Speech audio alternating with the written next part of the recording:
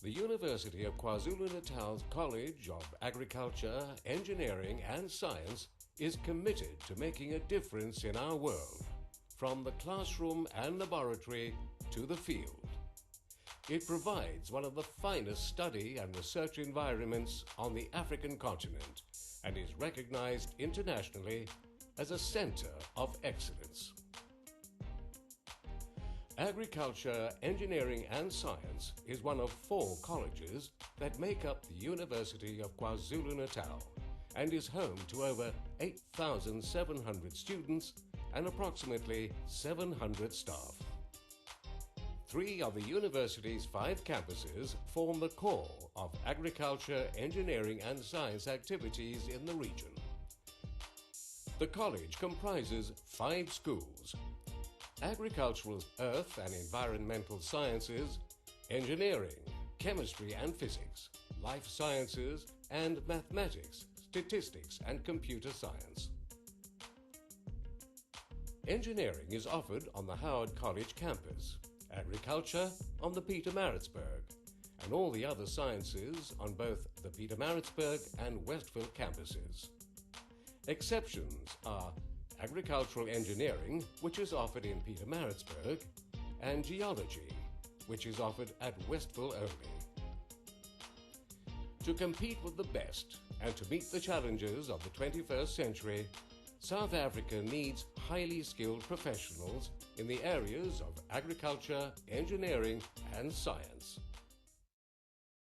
We offer a wide array of interesting and innovative degree programs that open doors to a variety of different careers. Some degrees are unique to UKZN and are not offered at other tertiary institutions. For example, we are the only university in South Africa to offer a fully accredited agricultural engineering degree and one of only 2 universities in the country to offer a BSc in land surveying. Our postgraduate food security training program is the only one in the world, and we have the widest range of agricultural disciplines at any single South African or African campus. The choices of degree and the options on offer may seem confusing at first. Engineering degrees are more specific, and the options are usually career-focused. Emphasis is placed on training in the specific principles which engineers deal with in their professions. Engineering offers 7 different professional specializations. There are also degrees in land surveying or geomatics and property development. In science, there are structured or career-focused degrees. These include fields as varied as chemical technology, marine biology, industrial and applied biotechnology, and computer science and information technology, to mention a few. There are also more general degrees with a lot of flexibility. In this case, students have the choice of studying a BSc M stream in maths, physics, computer science, and statistics. All of these have a strong mathematical component. The other option is a BSc LES stream with a focus on the life and environmental sciences with subjects such as geography, genetics, botany, hydrology, zoology, ecology, and microbiology. In agriculture, there are various different options that involve practical and scientific applications. Students can combine science subjects with specific agricultural disciplines for a 4-year Bachelor of Science in Agriculture degree. These are more career-orientated. Agriculture and agricultural management are 3-year degrees with a higher practical component. Dietetics is a professional qualification that deals with the role nutrition plays in the promotion of health and the treatment of disease. Most degree programs across the college have field trips and projects that contribute significantly to the curriculum. This ensures that students learn in real-life situations under full field conditions. Many of our lecturers have received Excellence in Teaching awards, are recognized internationally, and are rich in practical experience. Students have access to excellent facilities that rank amongst the best in the world. 300 million rands has recently been invested in new teaching and research facilities, state-of-the-art laboratories, and improved equipment. The 30 million rands new School of Engineering building is the envy of engineering campuses across the country. Agricultural students have access to a 356-hectare research and training farm situated near the Pietermaritzburg campus. This facility provides students with hands-on training and is used extensively as an outdoor laboratory for teaching and research in areas such as animal and poultry science, horticultural science, and agricultural engineering. Adjoining Ukulinga is the Bisley Valley Nature Reserve, which supports a diversity of plant and bird species, as well as some large mammals. It provides a rich learning and research environment for staff and students. Based on the Westville campus, the college possesses unique facilities for research into higher voltage power transmission. These facilities are available in only 3 other places in the world and form part of the ESCOM-sponsored Science and Technology Innovation Park. The Science and Technology Education Center showcases the college's scientific achievements and promotes the public understanding of science, engineering, and technology within the region. The college houses a wide range of sophisticated equipment in its microscopy and microanalysis units, staffed by highly qualified and skilled technical specialists. The College of Agriculture, Engineering, and Science prides itself on its graduates who are highly sought after. In a market characterized by a shortage of qualified professionals in science and technology, our graduates are readily employed around the world in the fields of agriculture, science, commerce, industry, engineering, and research, to name just a few.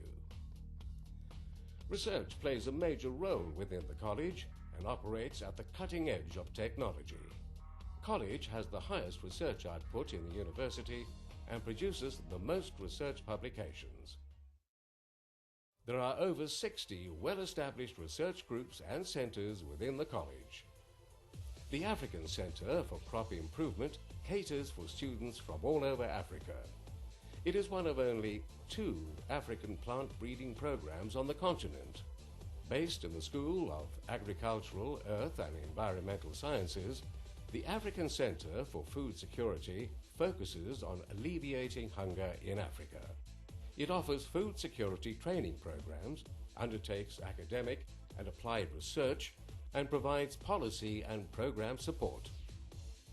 Promoting sustainable engineering practice is the Center for Research in Environmental, Coastal and Hydrological Engineering, or CRESH. It deals with the interaction between engineering and the natural environment. The Mechatronics and Robotics Research Group in the School of Engineering provides an excellent research and education environment for its senior undergraduate and postgraduate students. Judged one of the best research centers at the university, the Center for Plant Growth and Development focuses on high-quality research in the plant-based disciplines of plant physiology, plant molecular biology, and ethnobotany. The Center for Quantum Technology deals with physical phenomena at the microscopic level. Quantum physics led to the development of the transistor and the laser, and is currently being used to develop quantum computers and quantum cryptography.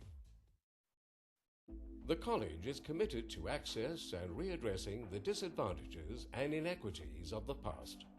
The highly successful Unite Engineering program and the Science Access Foundation and augmented programs offer alternative access to university, equipping students from disadvantaged backgrounds with the skills and knowledge to pursue their degrees of choice. Both programs contribute significantly to advancing Black African scientists and engineers in South Africa. Staff and students contribute to a number of outreach and community initiatives that focus on social responsibility, sustainable development, and upliftment of the wider community. The college also engages in activities involving the pursuit and understanding of science, engineering, and technology through exhibitions, festivals, and roadshows that target high school learners and the general public. The college has minimum entry requirements for its programs. These differ from degree to degree, but all require a national senior certificate and minimum performance levels in mathematics and either physical or life or agricultural sciences. For those who do not meet the minimum requirements, access programs are available. Additional information and brochures can be obtained from the contact information accompanying this video. The College of Agriculture, Engineering and Science is proud of its contribution to the university, the region and the country. UKZN is one of the best. I definitely understand it's one of the best in South Africa. So for me, there was no other institute that I would have preferred other than UKZN. We have the best facilities here in terms of laboratories, in terms of equipment, in terms of human resources, in terms of literature. UKZN is one of the best universities in the country that teach agriculture or natural sciences. What I think is good about this college is the level of international collaboration that we have. We have friendships with universities all over the world, which means that we're keeping up to a great international standard. UKZN has got much more facilities and it's recommended worldwide to do your science studies here. Life begins here. Yes. We continually strive to be academically excellent, innovative in research, and critically engaged with society.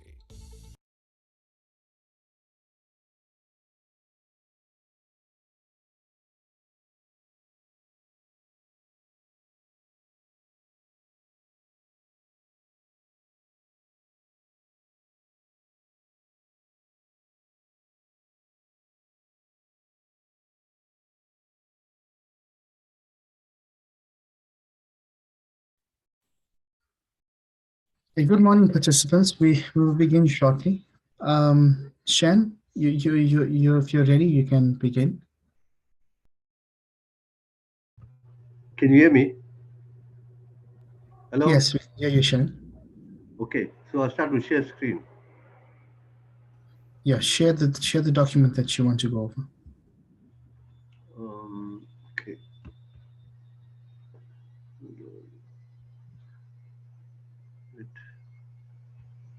We'll go to share. No, can't.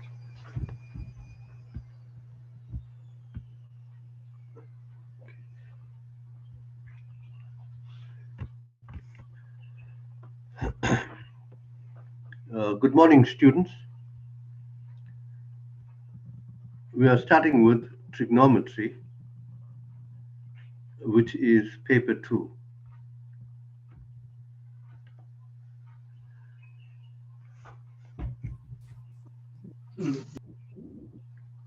The questions are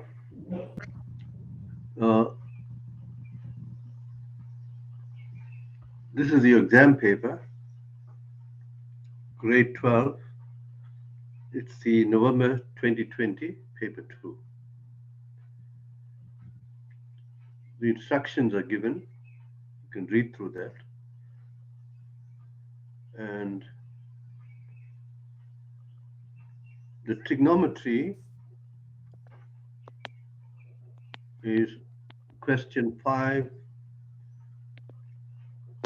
6, and 7. But before we start question 5, I want to give you an overview of the definitions the formulas, reduction formulas, etc. We start with a circle with radius 5.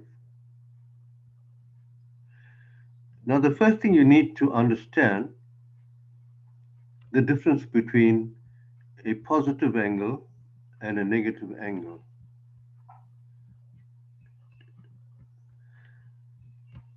Okay, now the radius of the circle is 5, and you have a point A. The coordinates are x is 4, y is 3. Therefore, the radius of the circle is 5.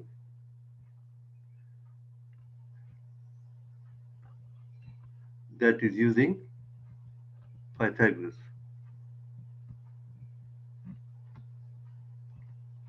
Okay, you will be using Pythagoras quite often.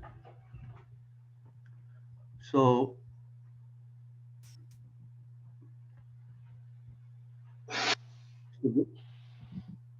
your x is 4,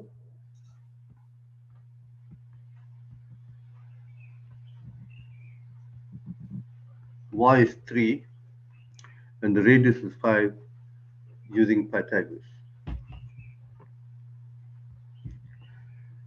Now, start with the radius, and always start in the first quadrant. If the radius is 5, then this point, I'm going to use this point of reference, is 5, 0. X is 5, y is 0. Now watch carefully. This is angle theta, right? The triangle that is shaded in yellow. The angle between the radii, the two red lines, is a positive angle. So starting in the first quadrant, and you'll notice that this radius moves in an anti-clockwise direction. So we refer to these angles as positive angles. Therefore, sine theta, by definition, is y over r. So sine theta is 3 over 5. Cos theta is equal to 4 over 5, which is the x coordinate over the radius. Tan theta is equal to y over x, is 3 over 4. So we increase the angle. Okay, before I do that, so all these angles are positive angles. That angle will be plus 90, plus 180, plus 270, and go back to 360, which is also 0. Now, that is positive angles in an anti-clockwise direction. So if sine theta is equal to y over r is 3 over 5, what is sine of minus theta? So negative angles are measured in a clockwise direction, starting in the fourth quadrant. Okay, there's the answer there. So this angle here is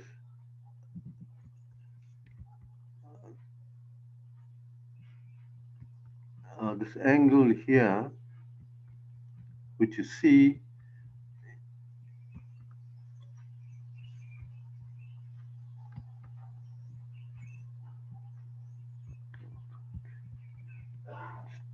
again. Okay, this angle here is minus theta. What are the coordinates of this point here, the point of reference? Well, x is 4, but notice the y is minus 3. So cos of minus theta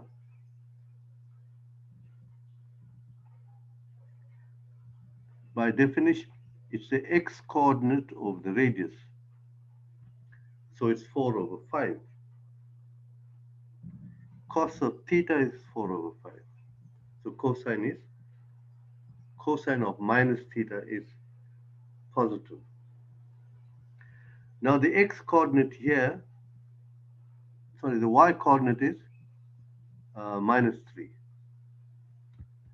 Let's, you can see that. Let's call this point C. Ignore the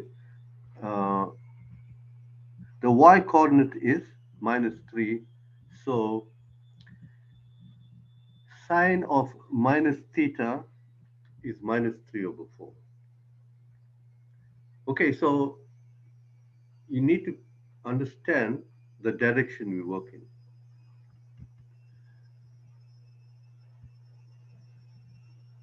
But as I pointed out, we'll go back to this point there. In a clockwise direction, we are referring to negative angles, minus theta, minus 90 degrees, minus 180, minus 270, and you're back to 0. Okay, now in the first quadrant, x is positive. If you take any point in the first quadrant,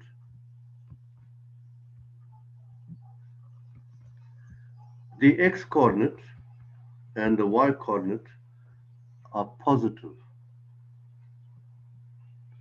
So by definition, if x is positive, y is positive, the radius is always positive. Therefore, all your ratios are positive. So let's say in the first quadrant, we use all. If you take a point in the second quadrant, what do we know? X is negative, y is positive. Therefore,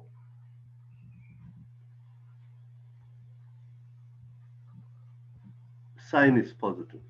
So you got all ratios are positive. In the second quadrant,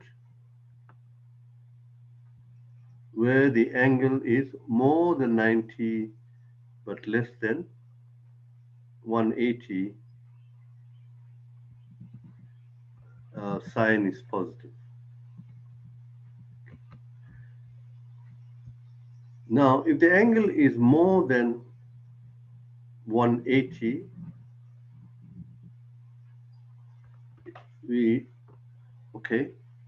so write your angle in terms, if it's acute, it's fine, then you got your theta. If it's more than 180, example 150, so it's 180 minus 50, you reduce this to 30 degrees. So use the reduction 180 minus.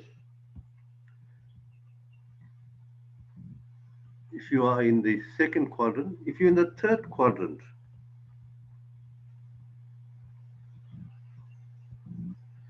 it will be 180 plus theta.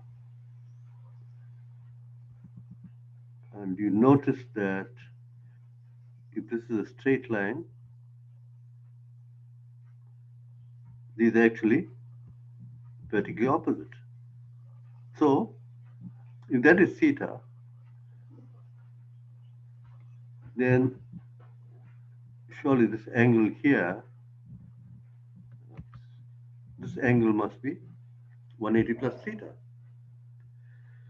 And 180 plus theta the point here is coordinates are negative, x is negative, y is negative, therefore tan is negative. And well, you know, in the last quadrant, cos is positive. Where are you? Okay, there you go. So divide your page into, this is what I advise my students to do. Take a page, divide it into 4 quadrants. And if you want, draw the circle. So you got your all, sine, tan, cos.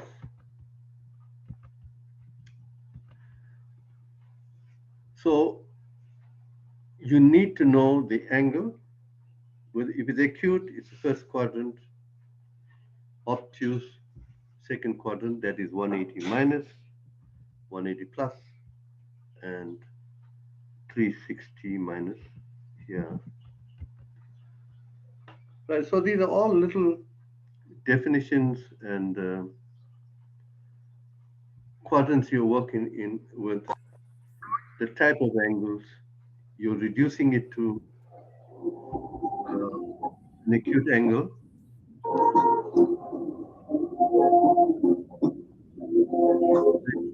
Sine, tan, cos. Quadrant. And I discuss positive angles and negative angles. Further, what about 90 minus theta?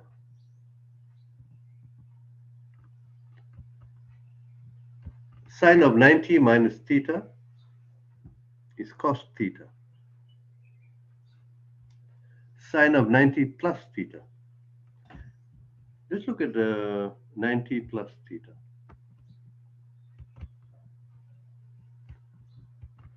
That may be interesting. These are all the basics you need to know. Sine of 90 plus theta. Which quadrant will that be? Let me just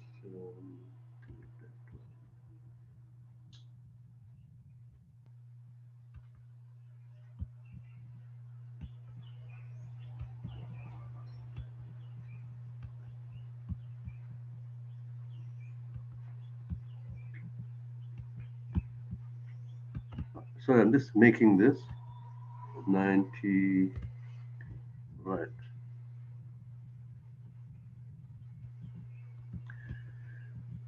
Okay, 90 plus theta must be in the second quadrant. Theta is an acute angle now. 90 minus theta is in the first quadrant, 90 plus theta is in the second quadrant. Therefore, sine of 90 minus theta, the angle in the second quadrant, sine is positive, which is, therefore the answer sine 90 minus theta is equal to cos theta. That's also important. And we call this complementary ratio. Okay. Now, sine 90 minus theta is cos theta. Sine of 90 plus theta is also cos theta. But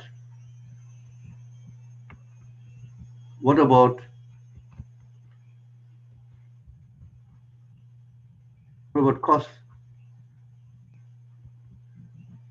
cos 90 minus theta? Cos 90 minus theta, the angle in the second quadrant, and sine is positive, therefore cos is negative. So cos of 90 minus theta is minus sine theta. Right, can you see now the diagram is cluttered, but start at the beginning and define your ratios and you can build it up. If you do it a few times and if you practice this, then you will commit this to memory and it will make your task easy. Right, but that is not the end. You also have sine squared theta plus cos squared theta equal to 1. That is the Pythagoras identity. Further, you got sine of A plus B, sine of A minus B, sine of A minus B, cos A plus B, cos A minus B. These are called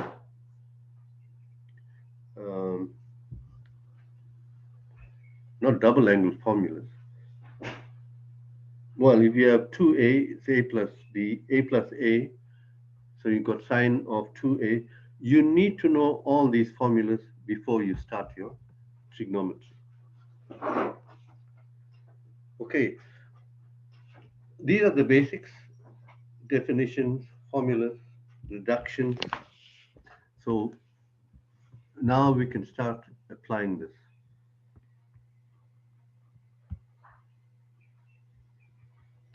We go back to question 5.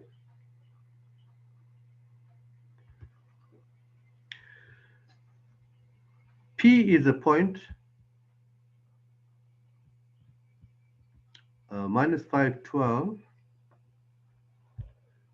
X is minus 5. Y is 12. So what is the radius? Well, we know that x squared plus y squared equal to r squared. So you got 12 squared is 144. 5 squared, 125. If you add that up, you get 169. And the square root of 169 is 13. So if you have x equal to minus 5, y is equal to positive 12, radius is 13, angle POT or POX, it's an obtuse angle. And remember that can be reduced to one, well, it's in the second quadrant. Now let's answer some of the questions. It's quite simple. Tan theta is equal to y over x, 12 over minus 5. Cos theta is equal to x over r minus 5 over 13. Wow. So you got 4 marks. That's very simple. The next question, S is a point AB in the third quadrant such that angle TOS is equal to theta plus 90 and OS is 6.5. Calculate B.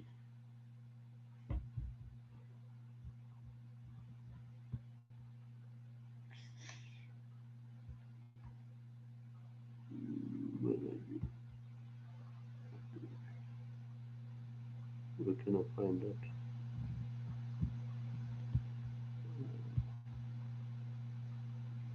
Music, picture.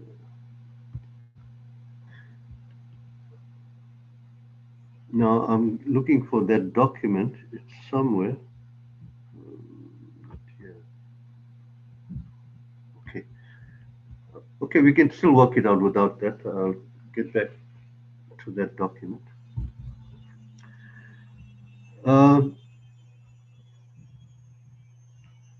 So we got S is a point. Yes, it's from here. I'm trying to look for it. It was open. Okay. Sorry about that.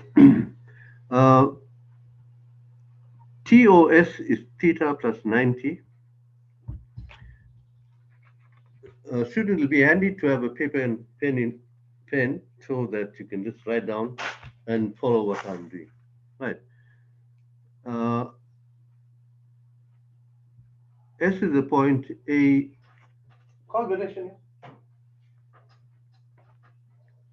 S is the point AB in the third quadrant.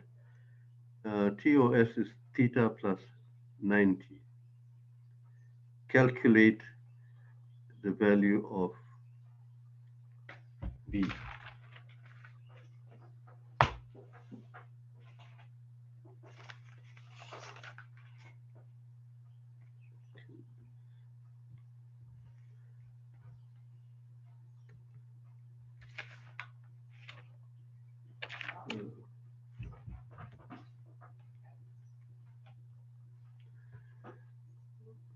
Okay, we can work out cos of theta plus 90.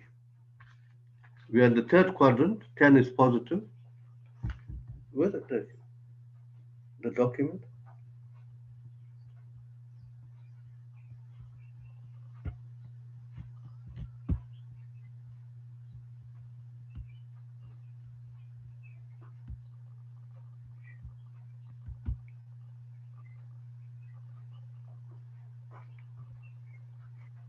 Okay,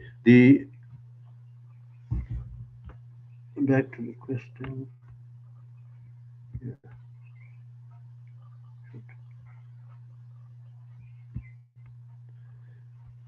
Just getting mixed up with this. Right, sine of theta plus 90 is minus sine theta. And minus sine theta is minus 12 over 13, which is A over 6.5. Remember, in the third quadrant, you're given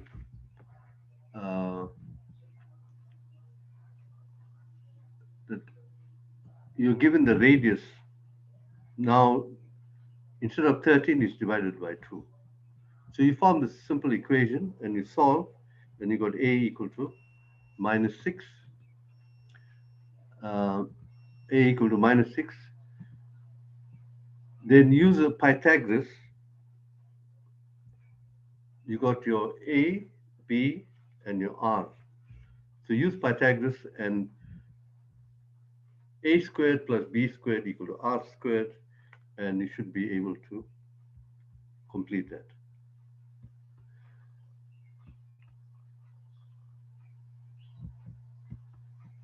Now let's get back to the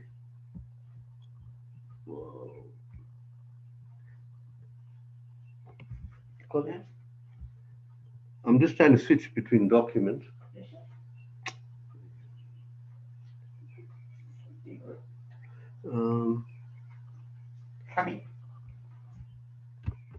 Why? How do I get to the next document? All the mathematics. Okay, it's on top. Okay, sorry, there's it. Yeah. Right, that's question 1. Okay, just to recap, you got angle theta plus 90. So we work out sine theta, and you got that's the radius. A squared plus B squared equals that squared. You can form an equation as I pointed out, and you can solve. Right, the next, it's okay. Second, the next question.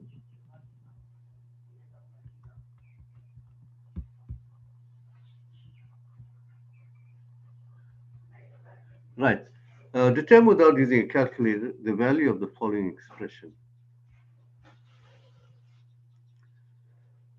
Sine 2x cos minus x, there's a negative angle. Cos 2x sine 360 minus, can you see, students? You got a 180 plus 360 minus, and you got negative angles. As I discussed at the beginning, you need to know all these, and actually this is quite easy.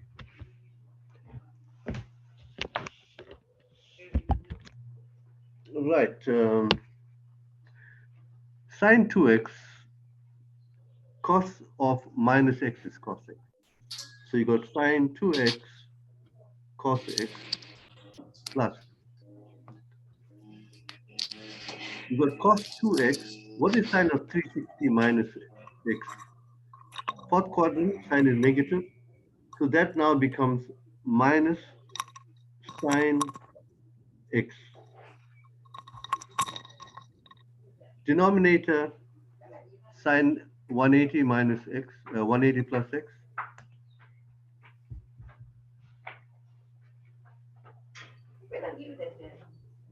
Now, 180 plus x is in the third quadrant, it's negative. So you now have denominator is minus sine x. This is simplified to sine 2x cos x minus sine x cos 2x. Now, this is a reduction of sine of a minus b. So it's equal to sine of 2x minus x in the form sine of a minus b.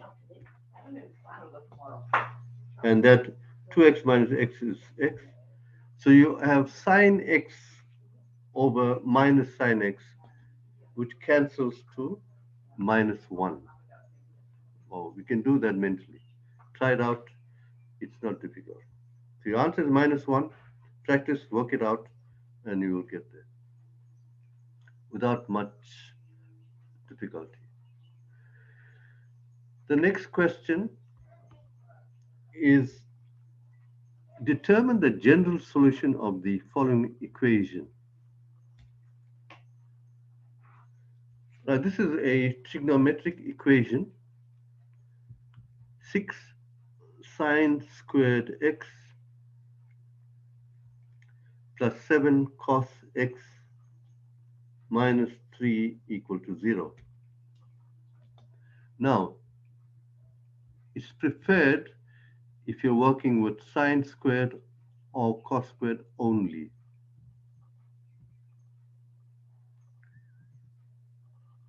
But we know that sine squared theta is equal to 1, well, you start with sine squared theta plus cos squared theta equal to 1. So what is sine squared? Sine squared is 1 minus cos squared x plus 7 cos x minus 3 equal to 0. So you reduce this trig equation in terms of cos squared, cos and constant, factorize and solve, and you'll get your answer there.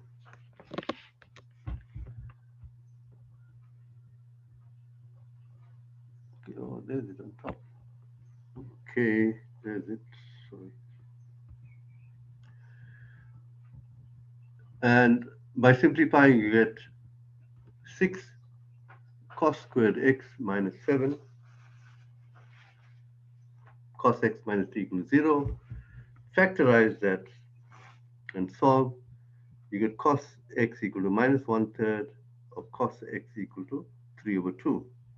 But the maximum value of sine and cosine is 1, so this is not applicable.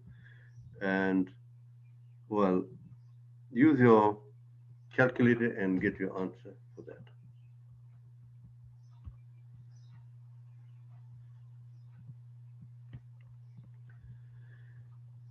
Right, so the next question, 6.4, the other questions are very basic, so you should be able to score your marks there. Well, 6.4 is a little more interesting. Given x plus 1 of x equal to 3 cos a and x squared plus 1 over x squared equal to 2. Determine the value of cos 2a without using a calculator. Notice the emphasis in bold without using a calculator.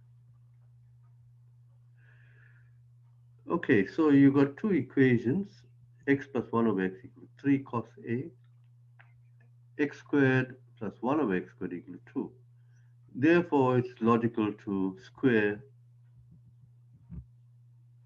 the left-hand side and the right-hand side. And when you do that, you will get x plus 1 over x all squared equal to 3 cosine A all squared. And expanding that, you'll get x squared plus 1 over x squared equal to 9 cos squared A. However, x plus 1 over x all squared must have three terms. The first term is x squared, the last term is 1 over x squared. The middle term is 2 times x times 1 over x. Okay? And that simplifies to a constant, which is 2. So this left-hand side is x squared plus 1 over x squared plus 2 equal to 9 cos squared A. But x squared plus 1 over x squared equal to 2. Therefore, 9 cos squared A will be 4. Cos squared A will be 4 over 9. And find the square root, and you're almost done. And let's have a look.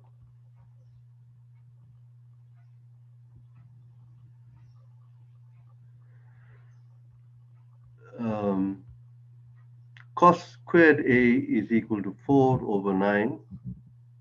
Taking the square root, cosine A, please write down plus 2 or minus 2. There are two values. Now, the question is, what is cosine of 2A? There's another double angle here. Okay, sorry, if it is cos of A plus B, we refer that to as a compound angle, A and B, more than one. But if it's 2A, it's a double angle.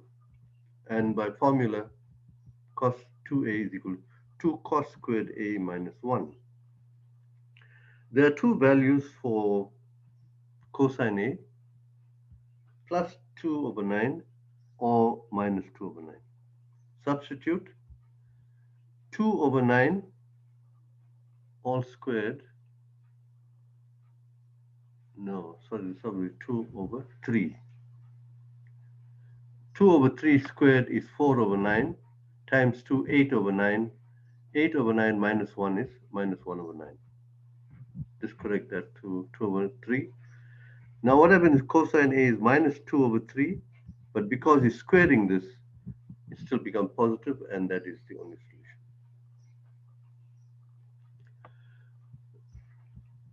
solution. Back to the questions.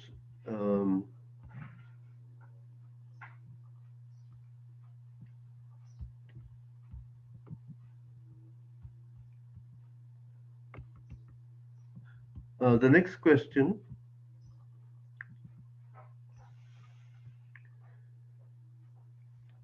please read the question carefully. You may have to read more than once to understand what's going on. Get a picture of, fortunately the diagram is drawn for you. And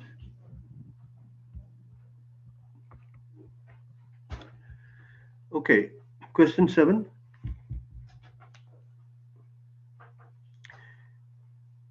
A landscape artist plans to plant flowers within 2 concentric circles around a vertical light pole P, Q.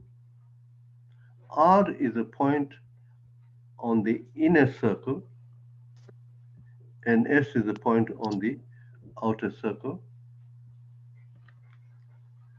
R, Q, and S lie in the same horizontal plane.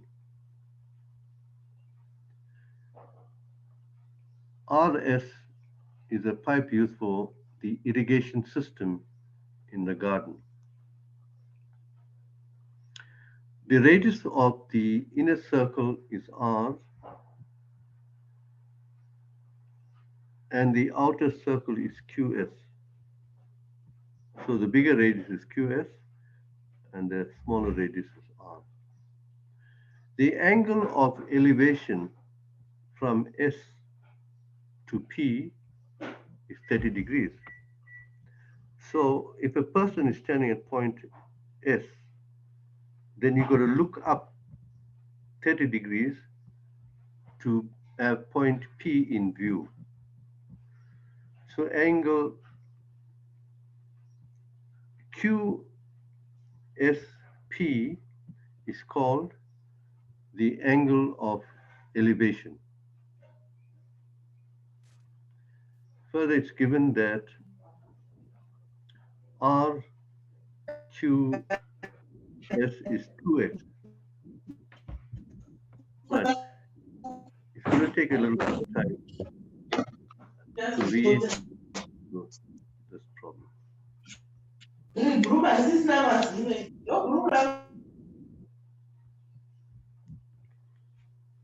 you have your paper and pen handy, we can just start. QS. Now, this triangle QS is part of the triangle in the horizontal plane. Now, if you work in this, you can just shade this whole region as the horizontal.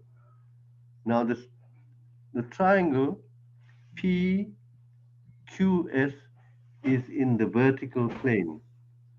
Similarly, PQR is also in the vertical plane. But we want to calculate QS. Okay. Now, in triangle PQS, you notice that the angle is right angle, Q. In triangle PQS, Q is 90 degrees. PQ is root of 3, and you're given 30 degrees. So,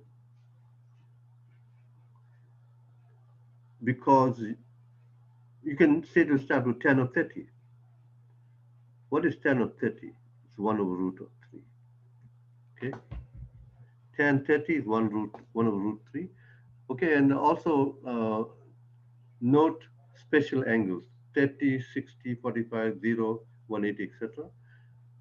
You will be required to work with them to make your calculations easy. So tan of 30 is opposite of adjacent. So tan of 30 is root of 3 times R over QS. But tan of 30 is 1 over root 3. So you can work that out and you'll find that QS is equal to root 3 times root 3R, that's 3R. That can be done very easily. So QS is equal to 3R.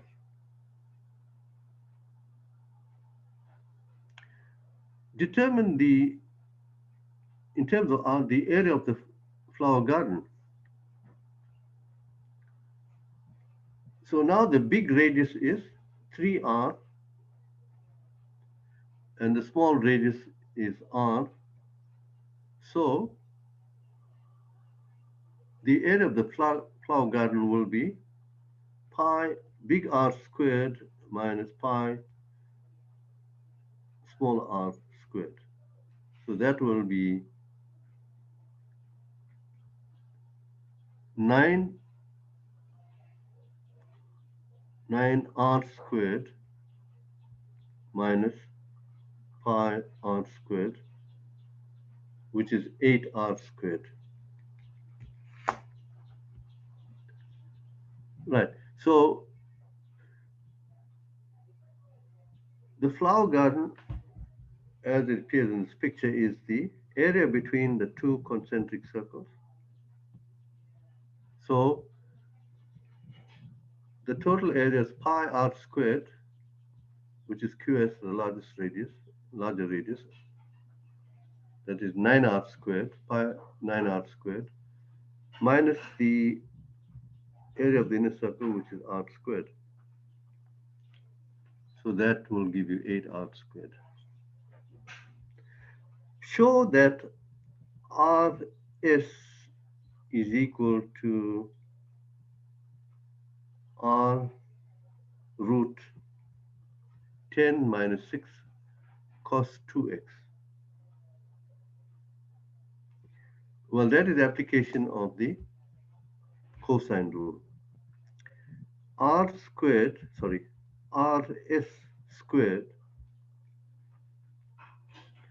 equal to r squared plus 3r squared, which is 9r squared, minus 2r times 3r times cos of 2x. And when you simplify that, you should get your 10 minus 6 cos of 2x. Okay. Now, if you experience some difficulty with 7.3, you can work out 7.4. R is equal to 10, x is 56, so 2x will be 112. And so you can work out Rs. Consider that as a bonus mark, 2 marks bonus, because you can work question 7.4 by simply substituting in the formula above. Okay, let's see if I think that should be fine. You don't need answer for that. Okay, the next part is to look at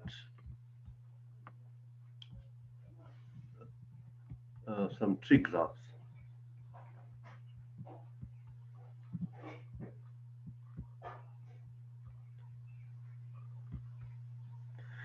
Now, what I'm using here is Sketchpad. Just something to remember, to emphasize. The power of technology cannot be underestimated. We are moving from analog to digital.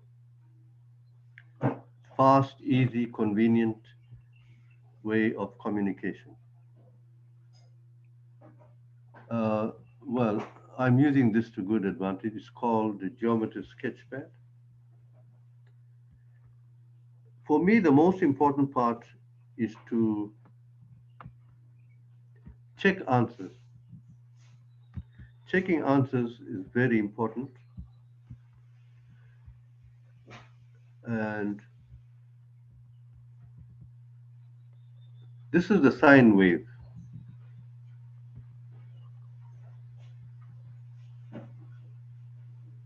Okay. That's a sine graph. Now, yesterday I discussed this with you. The vertical line will cut this graph.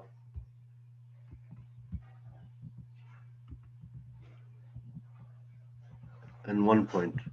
So it is a function, but if you draw a vertical horizontal line, it'll cut in. Okay, the y-axis, the x-axis cuts in many points. So it's a many to one function. So use a vertical line test. It cuts in 1 point, it's a function. Now, it continues to infinity. As the angle increases, the graph continues to infinity, positive infinity. And as the angles become negative, so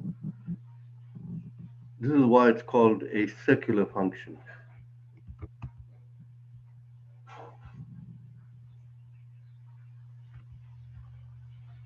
Right. So it continues to.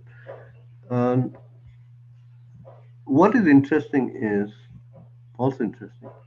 The maximum value is maximum value is 1. The minimum value is -1.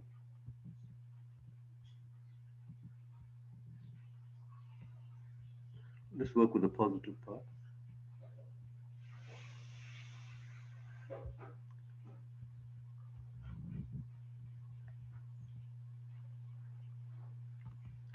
Okay, now you may find something strange here. This is sketched in radian measure, but you don't have to worry about that. We know that sine of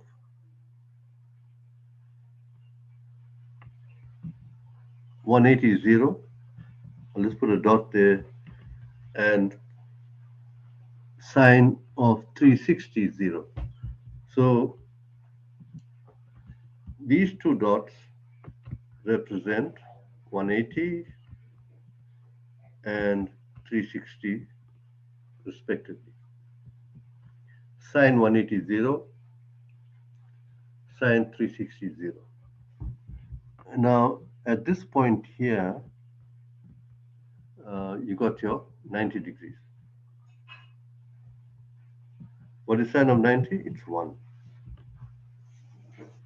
So this is a circular function because it continues to infinity. The maximum value is 1. The minimum value is -1. Now, what is the meaning of amplitude? The amplitude is a distance from the highest point, from the crest to, let's call this line the midsection of the wave. So it's clear that the amplitude is 1. Okay, just see what you're working with. Y is equal to sine x.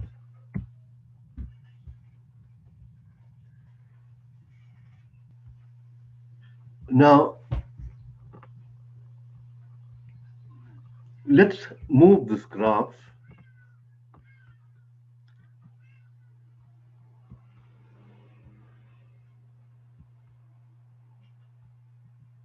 I'm going to move this graph 2 units up. Sine of x plus 2.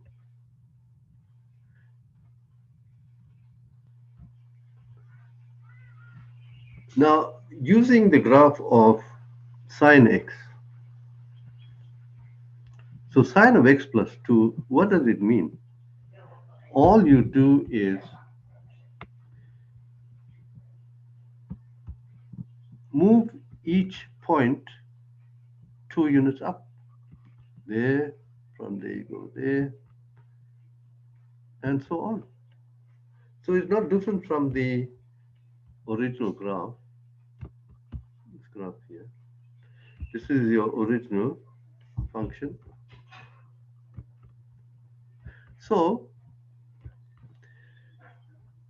the amplitude of sine of x is 1 by the length of that line. The amplitude of sine of x plus 2 is also 1 because you can just, we have this shifted, it's the same wave which has been shifted 1 unit up. Right, so that's amplitude. Well, if you consider this distance here from the minimum point, now distance is positive, although the coordinate there is y coordinate -1. The distance there is the same as distance, and distance is positive. And you will learn next year that you take the absolute value of 1 and the absolute value of -1, which is 1.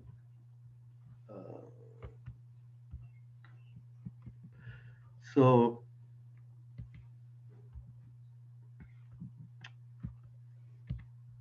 that's amplitude. Amplitude is a distance, And further, we need to write down, let's put 1 there. 1 x. Okay, 1 sin x, 1 times sin x, the coefficient is 1.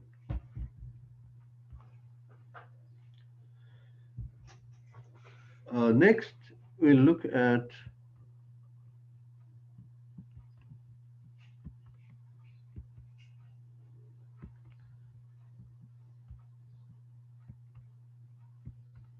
I'm just going to hide this one here. Right. So you've got, this is sin x. And you notice that by adding 2, you shift the graph 2 units up. So common sense, if it's sin x minus 2 or minus 3, you shift the graph 2 units or 3 units down. Okay, let's quickly show you that one. Sometimes we not nice to take things for granted. I'm going to shift this 3 units down.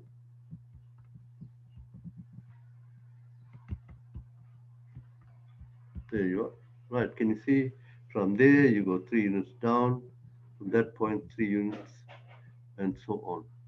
Now, from there, okay, that's 1, 2, 3, and from here, count 1, 2, 3, find any draw your graph. Okay. Now, that is sin x minus 3.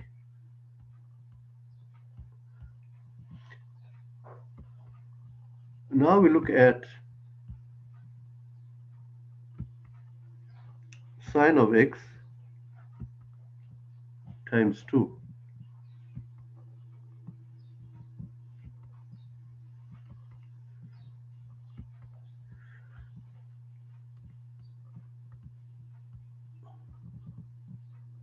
Now, your function notation, f of x equals sine x, you got g of x, and now this is written as q of x.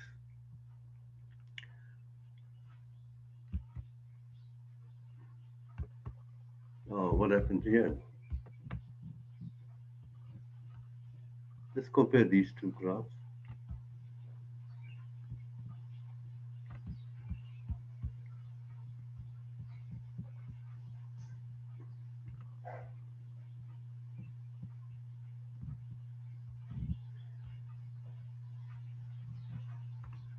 Right. So comparing the two graphs, y equals sine x, f of x equals sine x.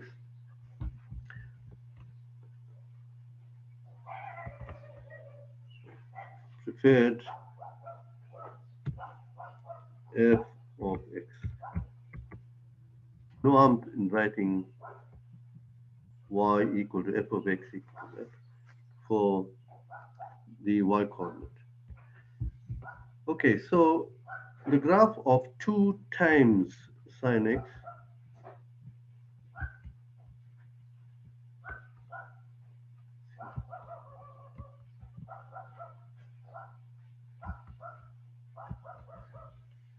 okay, what we notice is that the wave just becomes larger.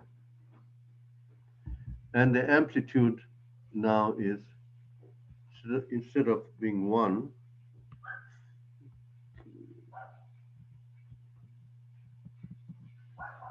instead of 1, the amplitude now is, 2.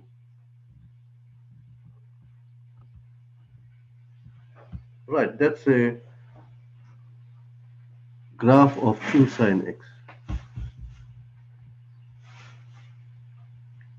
The graph of sine x, the amplitude is 1, coefficient there, and the coefficient.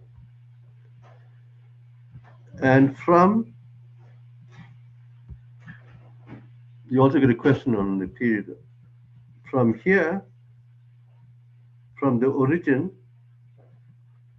up, that's 180 and up to 360, it's called one wavelength.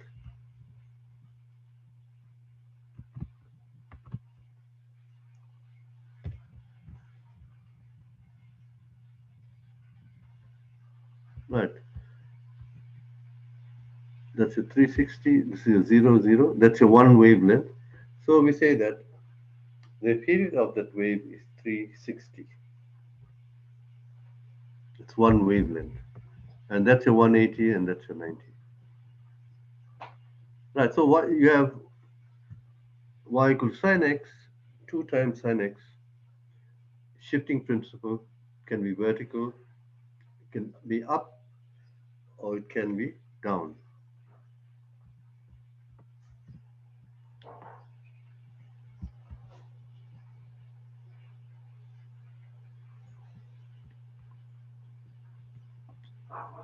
Now we're going to look at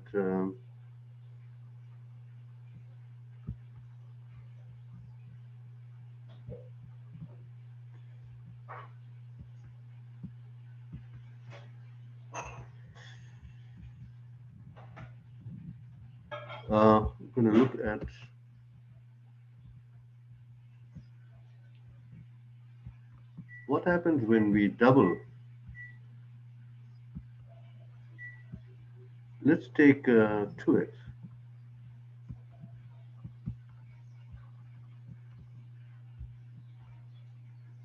I'm going to out of x now. So we had sine x 2 times sine. What happens if it is sine of 2x?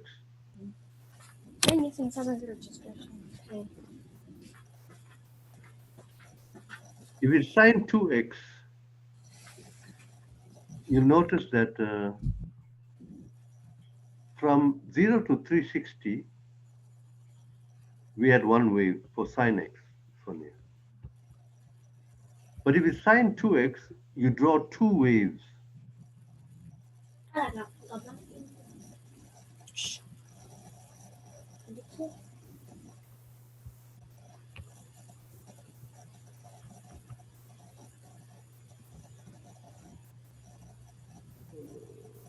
Okay, right, you can see the two waves.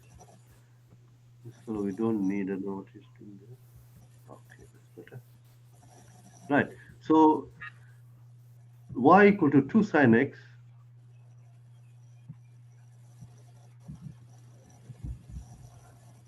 Let's not confuse. It can be very confusing.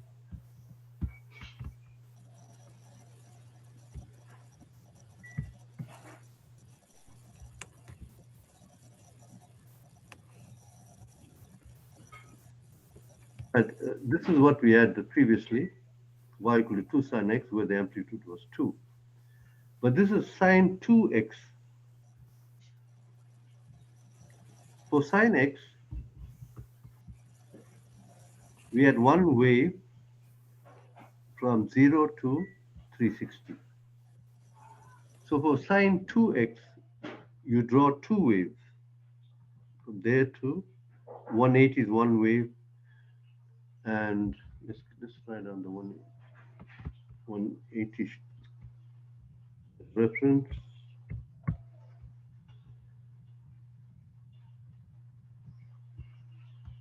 Right. So you got your 0, 180, and 360. You can call them key points or salient points. 180, 0, 360, 0. So from 0 to 180, you draw one wave, and from 180 to 0, you draw another wave. Okay, so this is a sine wave. You will do the same for the cosine wave. Let's quickly look at the cosine wave. Spend a minute or so on that.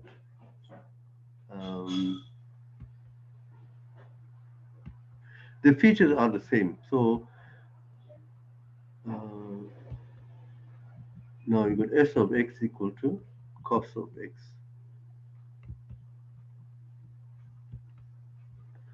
Right, that is your cosine wave. Let me just change the color of this to maybe purple. Right. Now that is your cosine wave.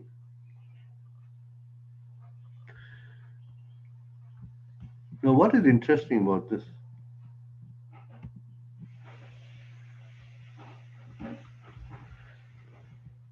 This has actually shifted 90 degrees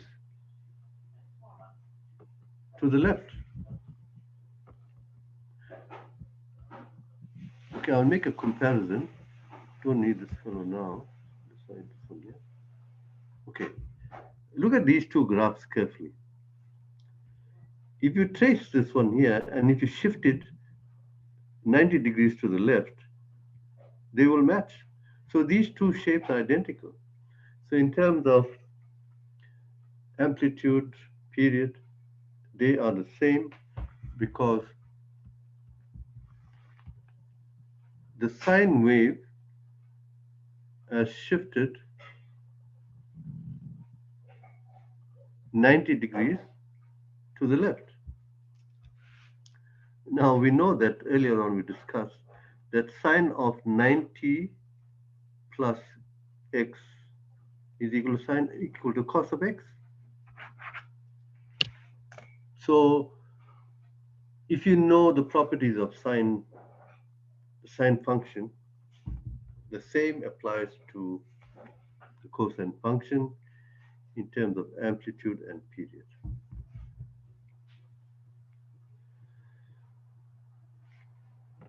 Okay, so we got the sine function and cosine function. Let's look at one more. I'm not sure if you're doing this in school.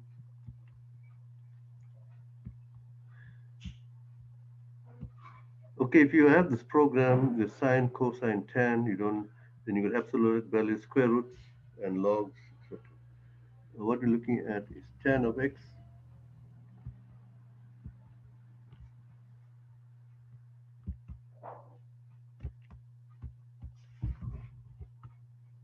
Oh,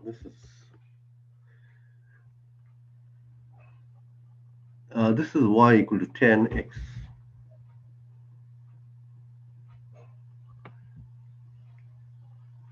Now there's so many pieces there, so we can reduce the domain. Tan of 0 is 0, and this is,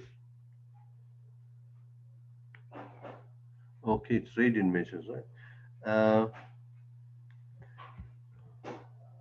Now, when a function is broken up into pieces, it's divided, it is not continuous. I think you all know that tan of 90 is undefined. So this is called an asymptote.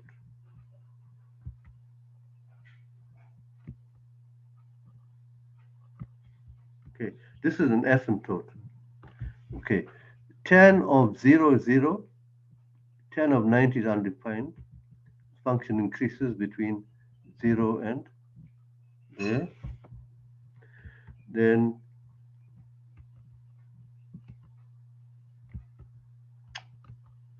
okay, we can just the other asymptote is when x is minus 90 degrees.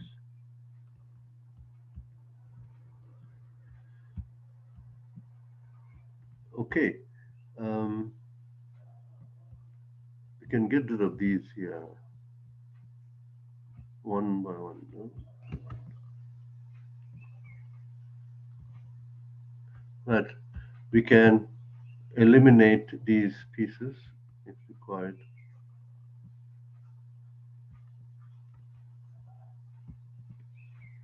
Right. Oh, okay. Learn something new now. Okay, but what we need is let's focus on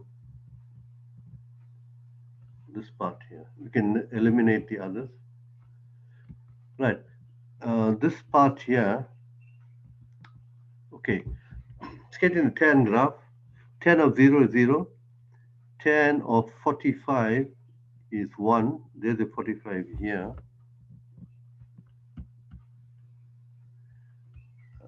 Let's take a dot. Tan of 45 is 1. Tan of 90 is undefined. So there's your asymptote. Let's dash this line. That's your asymptote there. And tan of minus 90 is also undefined. So you only need this piece here. You copy this and paste, and you'll get your infinite number of tan graph pieces. So the sine wave, the period of the sine wave was 360. So here it will be from minus 90 to 90 to 180. So take note that for the tan wave, the period is 180. You're going to use that when you solve trig equations. For sine and cosine, you use 360. Okay, so that's the first part of the presentation. That is trigonometry. The next part, we'll look at geometry.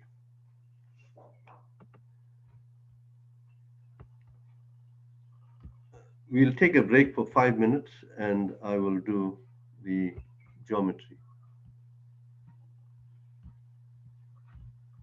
5 minutes break. We'll come back in 5 minutes.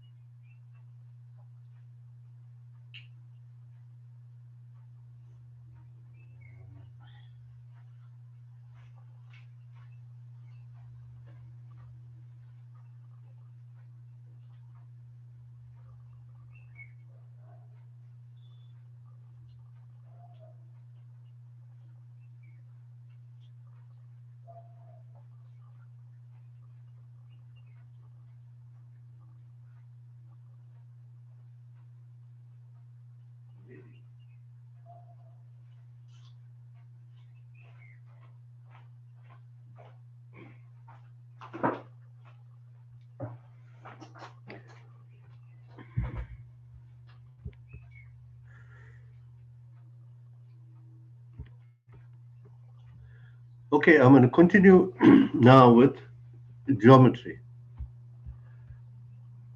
That's the next part.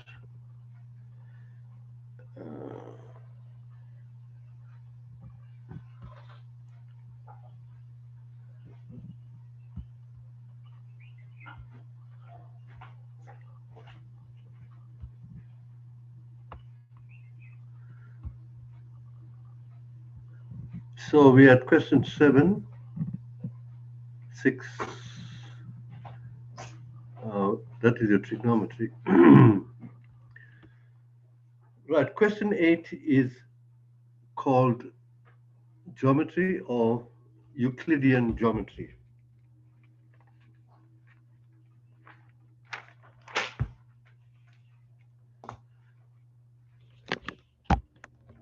So we have question 8.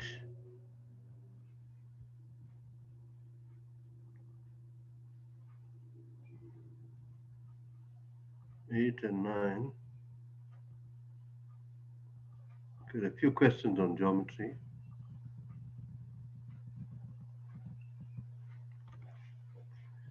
8.1.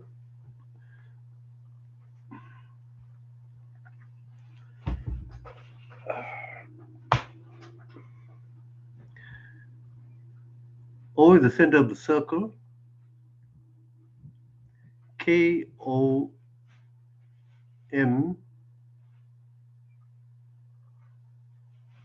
bisects chord LN. So M is a midpoint. Now the theorem,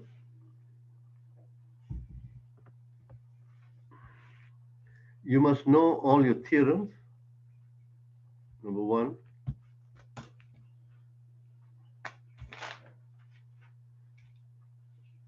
You also need to know some facts in geometry. They are referred to as axioms. And sometimes you are required to prove a theorem in the examination.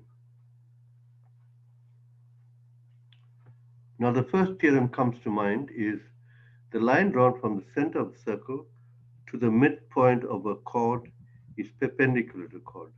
Therefore, M1 is equal to M2 equal to 90 degrees. So if there's a midpoint, that angle is 90 degrees. So angle 2 is 90 degrees. So what is O3? The complement of that. So it'll be 64.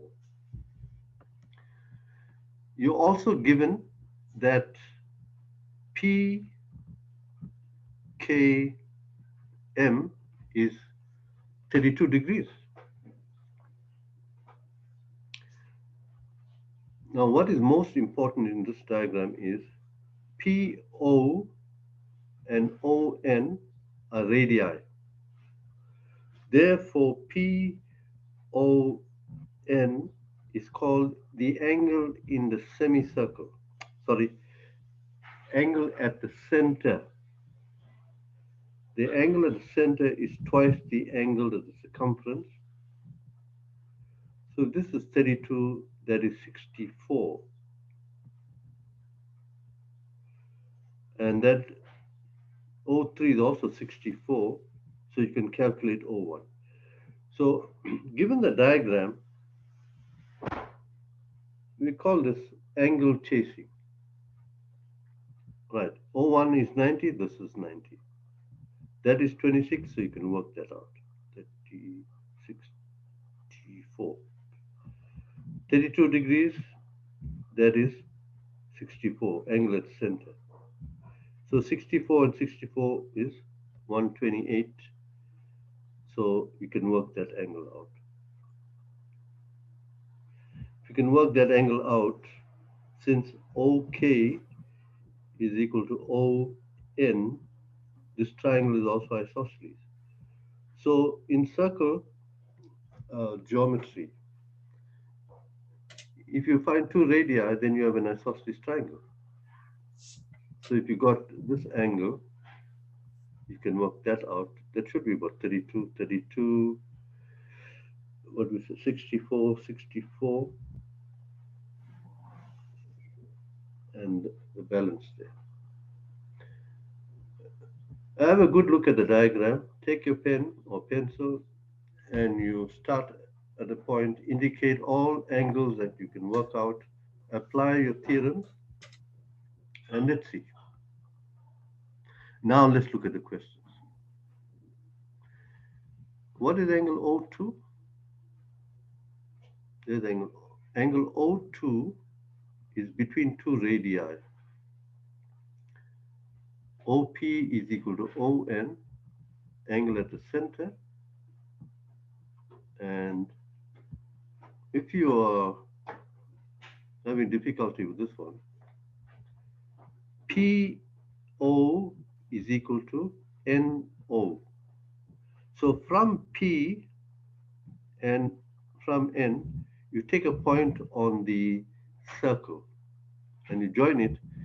So that is the angle at the center is twice this one. So that is O2 is 64. 2 marks. O1, M2 is 90. This is 26. You can work that out, and then you can work that out. That's 4 marks. And prove giving reasons that Kn bisects O, that this line here bisects OKP. Now, what does that mean? It means that K2 must be 32 degrees. So we've calculated these two angles and that. And since OK is equal to ON, these two angles are equal. So this this problem is very basic. That's 4 and 3, 7, 9 marks you can get very easily. Application of theorem, line drawn from center of the circle to midpoint of the chord is perpendicular. Angle at center is twice angle at circumference. Got that? Then you find O1 plus O2 plus O3 equal to 180 degrees. You can find that angle. Then O1 plus O2 using isosceles triangle OK and ON. So you get that's 32. So you've got your marks for that. Let's look at the other question, which we'll come back to, but we're just going to look at it.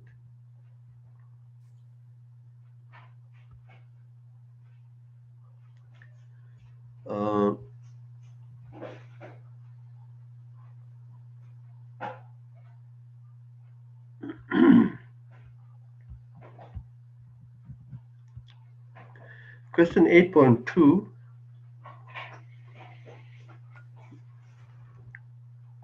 In triangle ABC, F and G are points on AB and AC respectively. D is a point on GC so that D1 is equal to B.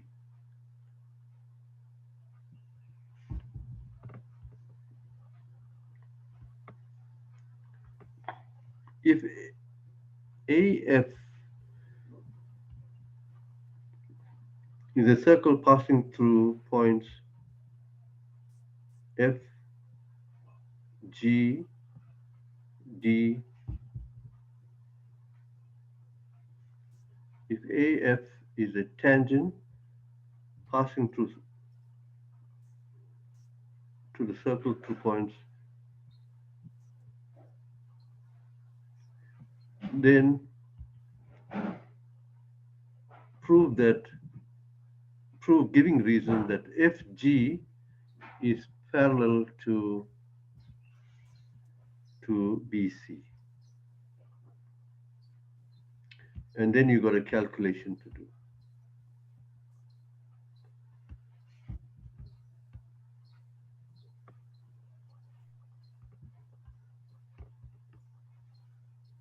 Well, this should be quite easy.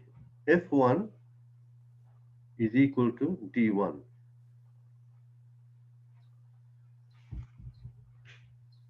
Because AF is a tangent to circle passing through F, G, and D. It's also given that, so let's call this X. If F1 is X, this is X. because it's given that AF is a tangent to the circle here. But it's given that D1 is equal to B.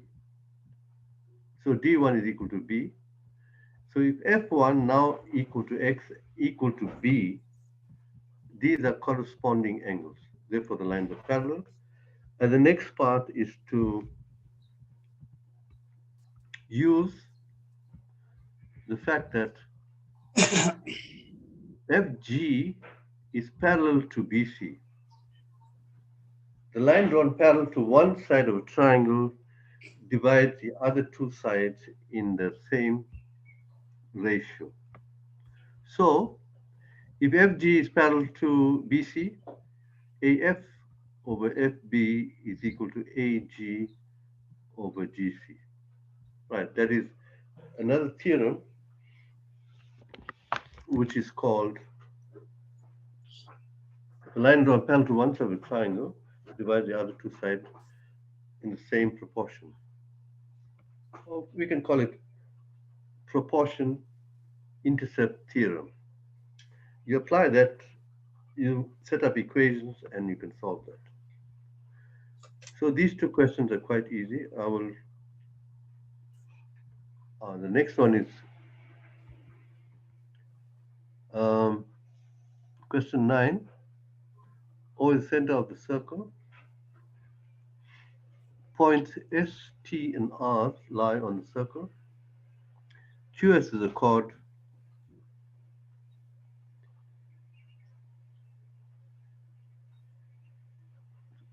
Chords. The chords are ST, SR, and TR. Sorry, QS is a tangent to the circle. Right, so you have a chord, we have a circle, center O, and triangle. This triangle is inscribed in the circle, or the circle circumscribes the triangle. Don't worry about that, you can see it. The most important line is QS is a tangent. Prove that QST is equal to angle R.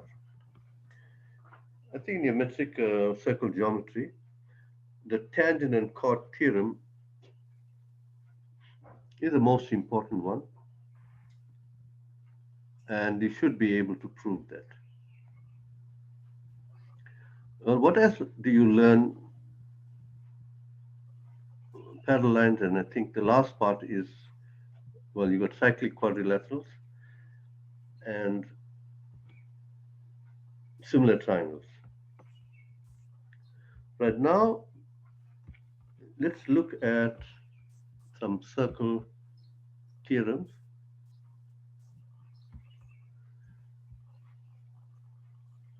Maybe some examples.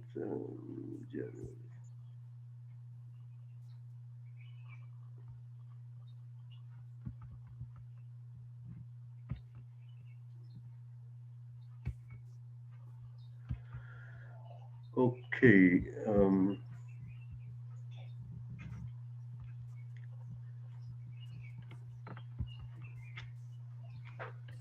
Let's demonstrate a few to you. I'm looking at this figure here.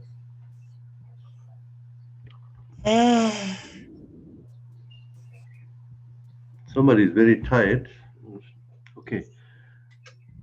Angle, look at this diagram here. Angle ABC is 109 degrees. Let's make it 110. This is angle at the center. D is a point on the circumference. Angle ADC is equal to 54, call it 55.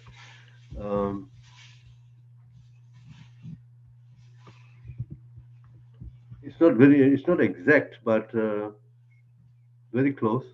We'll make that, we'll round up 110 and 55. So the angle at the center, ABC, is 110. The angle at the circumference is 55. So the angle at center is twice the angle at circumference. Right. Now, what we saw in the other, in question 1 or 2, I'm going to move point D. What?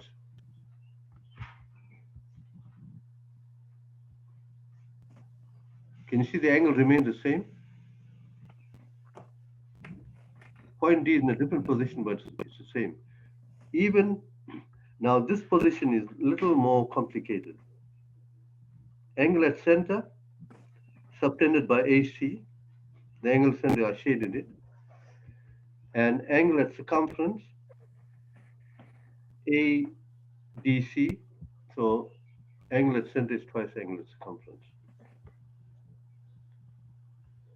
But now what I'm going to do is show you the diameter. Now, when do you get the diameter? When the radii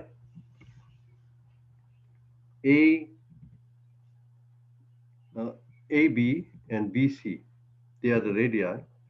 If they are, if the points A, B, and C are collinear, they lie on the same straight line, then ABC is the diameter, where B is the center. And can you see that this angle is 90 degrees?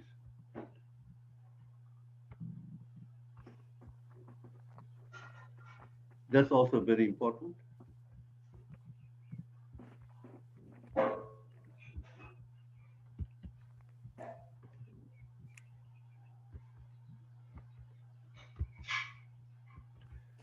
Right, the angle in the semicircle is 90 degrees. Can anyone prove that?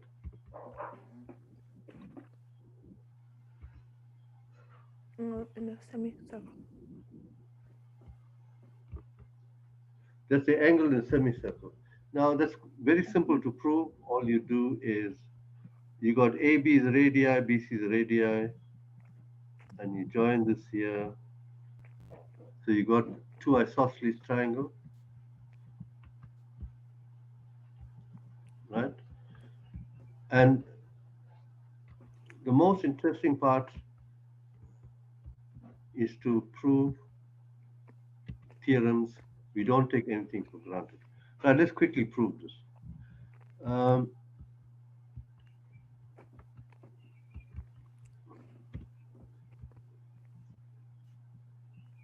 Okay, we'll call this angle x. If that is x, then that is x. Very simple proof.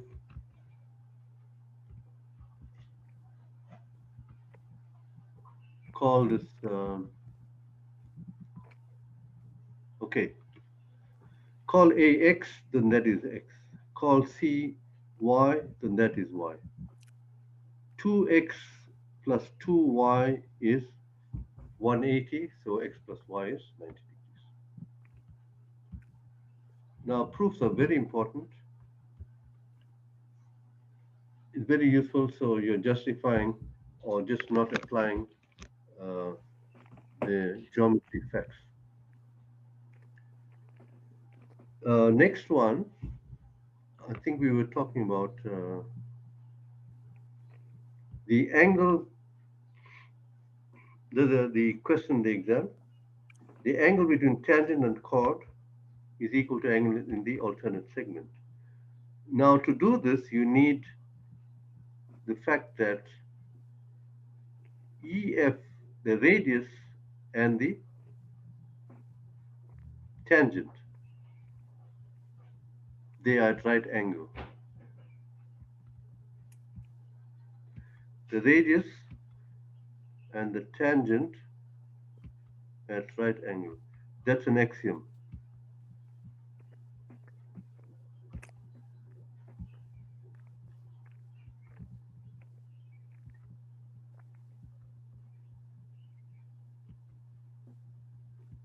There's a right angle there. Right. So very important fact, very important axiom. Angle between tangent and radius is 90.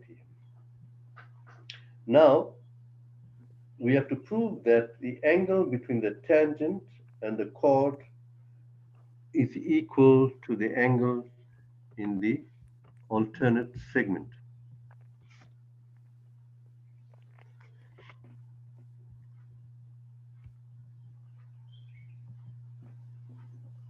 Oh, something here. Okay.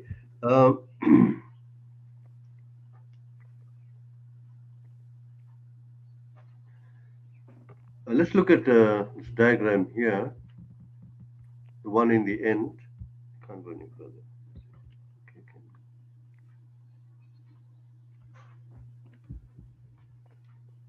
We want to prove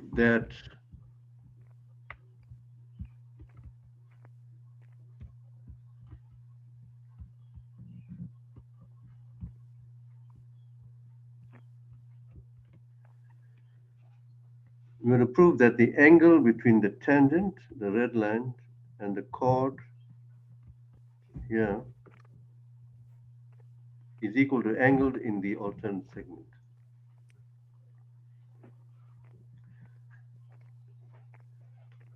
Right, the facts involved here are,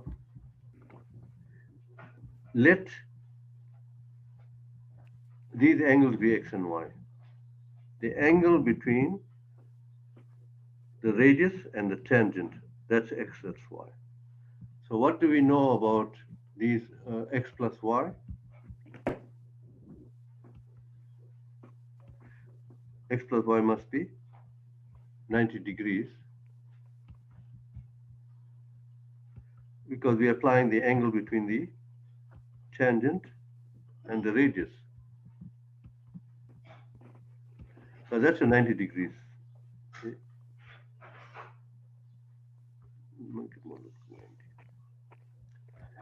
Okay, now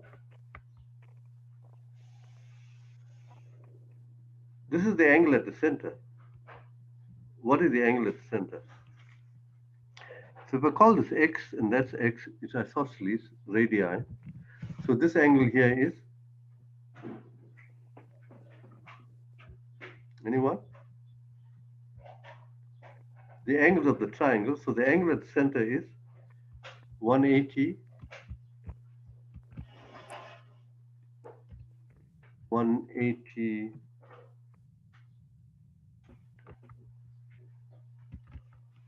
it's 180 minus 2x. Okay. Actually, this can be very simple.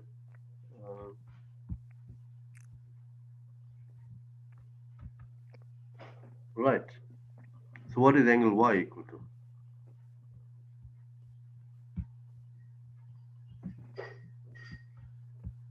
Anyone? 90. Reason being, the angle at the center is 180 minus 2x. Theorem.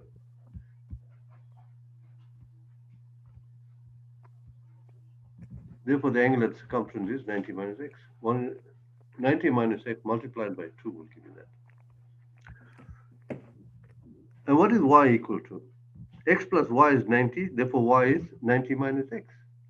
So this is 90 minus x, and that's 90 minus x. Therefore, the angle at the center, angle at center here, right, the theorems, what you got to apply? Angle at center 180 minus 2x, that's 90 minus x.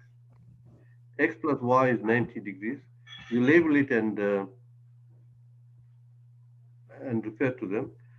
X plus y here is 90 degrees, angle between radius and tangent.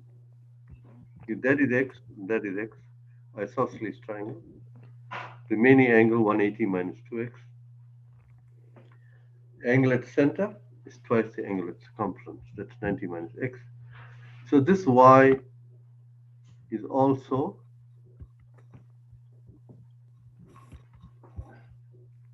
90 minus x.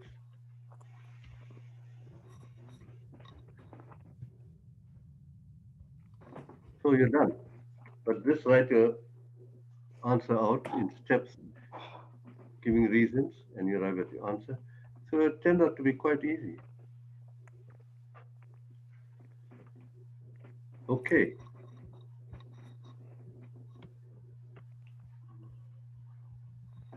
Let's go back to, maybe I have time just to do one more question with you. That is your theorem. 5 marks. Marks for jam, it's easy.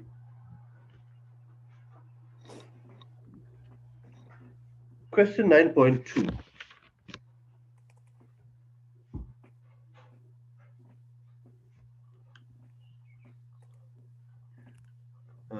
Qn, chord Qn by 6 M N P. This chord is also parallel to that. The tangent at P meets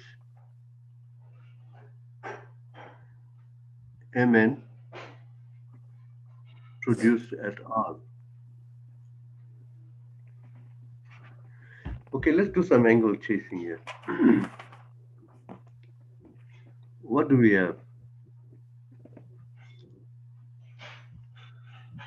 Qn, you've got these lines are parallel.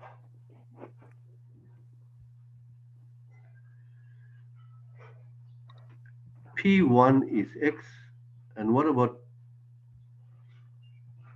the tangent at P meets Mn produced. So you got there's a tangent. So you got tangent line, you got parallel lines.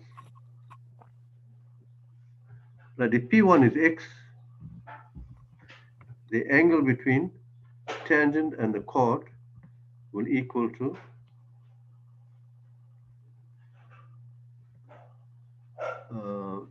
P1 will equal to Q2. Application, angle between tangent and chord. Q2 is equal to M2. Same segment. And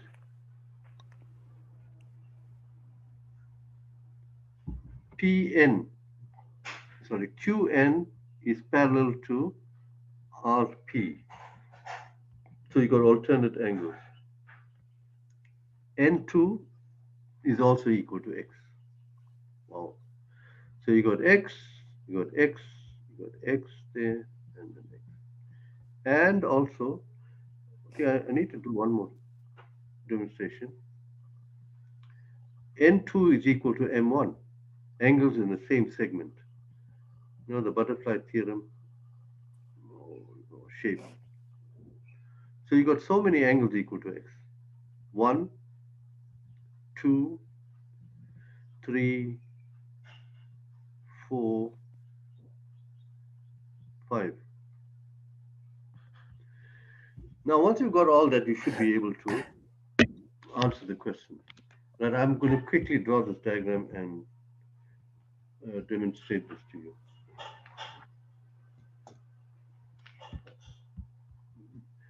I just have time for this last question.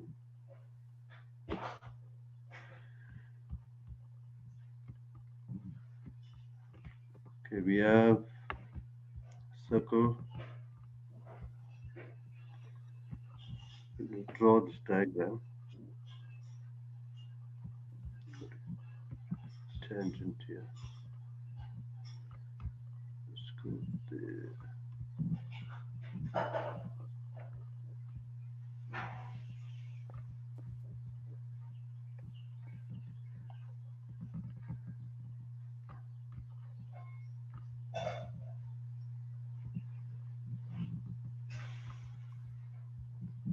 Okay, as I was saying,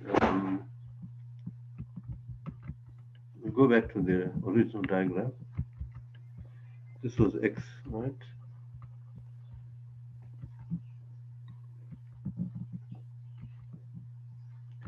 Now, when you talk about angle chasing, we want to find out how many other angles are equal to each other. And once you've got that, then the work becomes very simple. Okay, you're given that the angle between the tangent and chord was x. Right. The angle between tangent and chord is equal to angle in the alternate segment. In other words, this chord subtends this angle here. Right, and also note that these lines are parallel. These are the parallel lines, denoted in red. And the lines are parallel. So, this angle must also equal to x. Right, and each step gives a reason. These two angles are equal to x because of the lines are parallel and alternate angles. Now, the angle between tangent and chord is also equal to this angle here.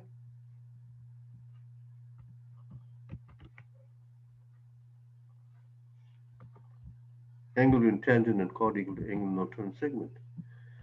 And this angle is also equal to x because these two angles are called angles in the same segment. Now the theorem, angles in the same segment, if you see a shape like this, just draw this shape, N shape, or Z, and you join this. If you see the shape, it means that these two angles are equal, and those two angles are equal, and these 4 points lie on the circumference of the circle. This theorem is called angles in the same segment. Right, that's A, and that will be A, and let's say this is B, this is B, and that is B. Right. Well, we sometimes refer it to as a butterfly theorem, butterfly shape. So what we have now is 1, given that is x, 1, 2, 3, 4. 4 other angles equal to x. Can we find one more? Okay. Now what does this mean as you see this? It means that this angle is bisected. Okay. Now let's look at the question. So where this is x,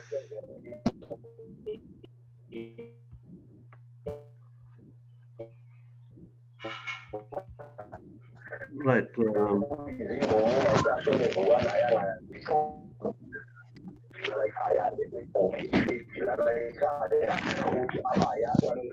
As we answer these questions here, N2, right? We answered this question here. N2 is x, Q2 is x, comma.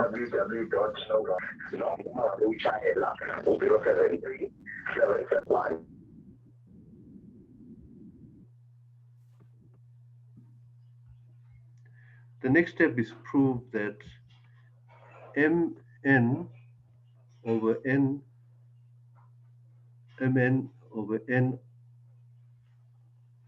R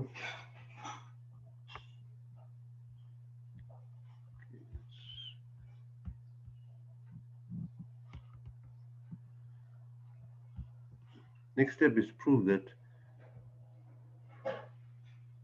Mn over Nr is equal to Ms over Sq.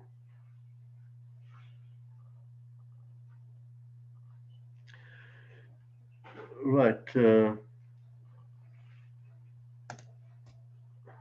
Now, the fact that you're given two lines that are parallel,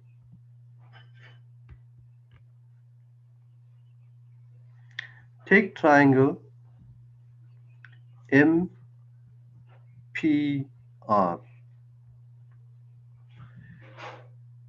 NS is parallel to PR. So the line drawn parallel to one side of the triangle divides the other two sides in the same ratio. So what does that give you? You write it down. NS is parallel to RP in triangle MPR. Therefore, MN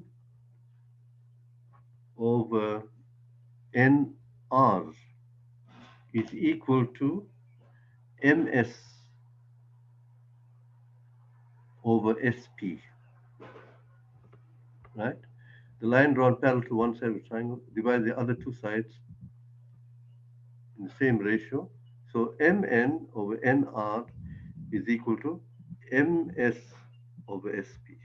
That's an important fact. But if you look at the question, you're not given SP, but instead you're given SQ.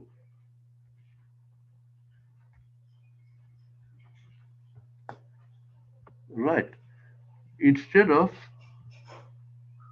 SP, you got SQ. Now, what does that tell you? It means that these two angles must be equal. If these two angles are equal, then triangle SPQ is isosceles. And if this is isosceles, then SQ is equal to SP, and you substitute, and you're getting 6 marks. That's being a bit generous, I think.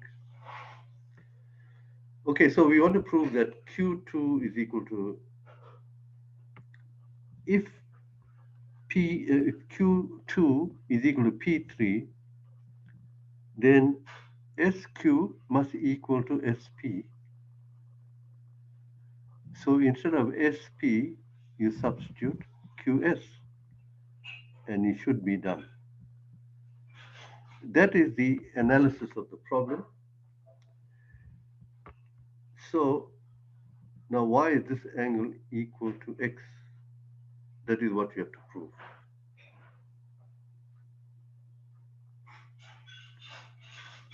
That's the last part to prove.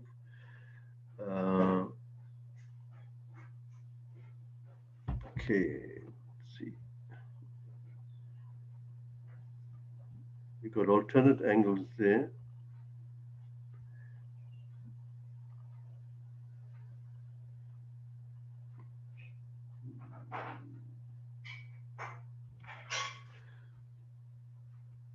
We can also get another angle equal to X on this side.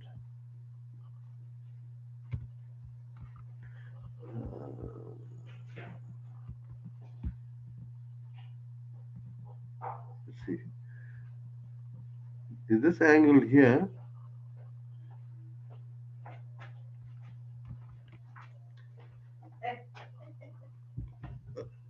this angle, that's X, that's X.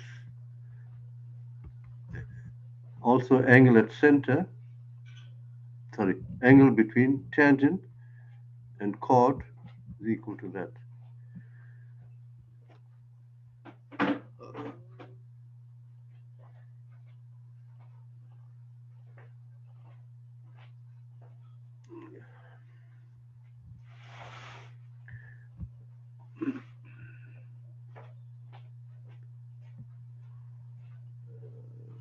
Angle. So this angle here, 2x here, that's that.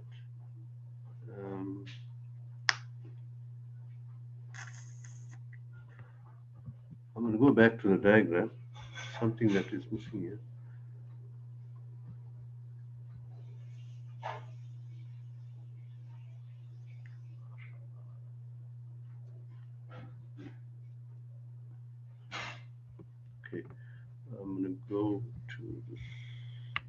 Let's see what other facts are given.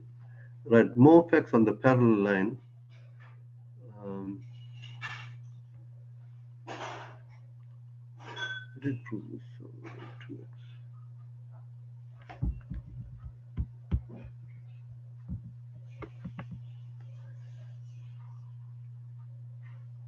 Chord Q and bisect M chord Q and bisect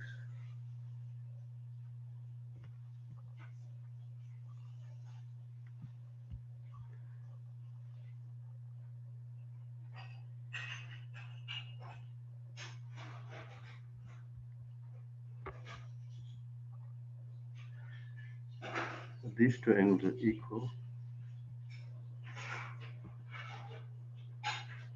No, there's parallel lines there.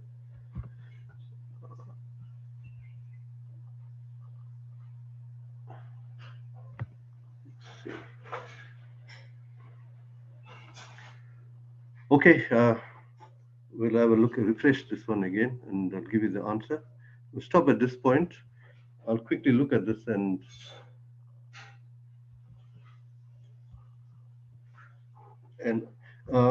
Rachel, can you continue with this? I just need a minute.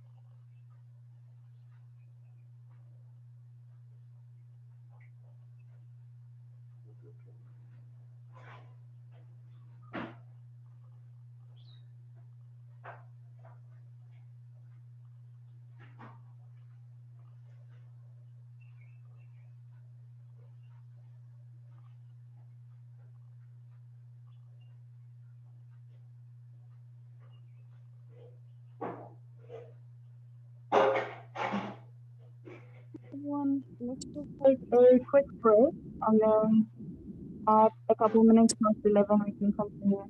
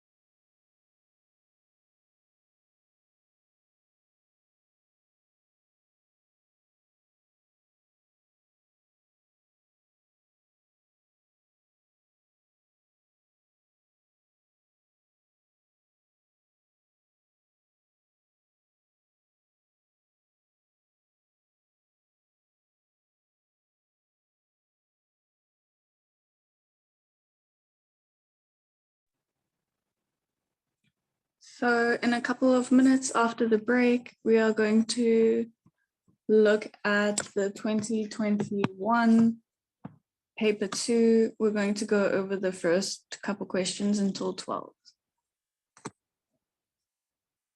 So we'll do the OJAV question, the mean and statistics, and a little bit of geometry.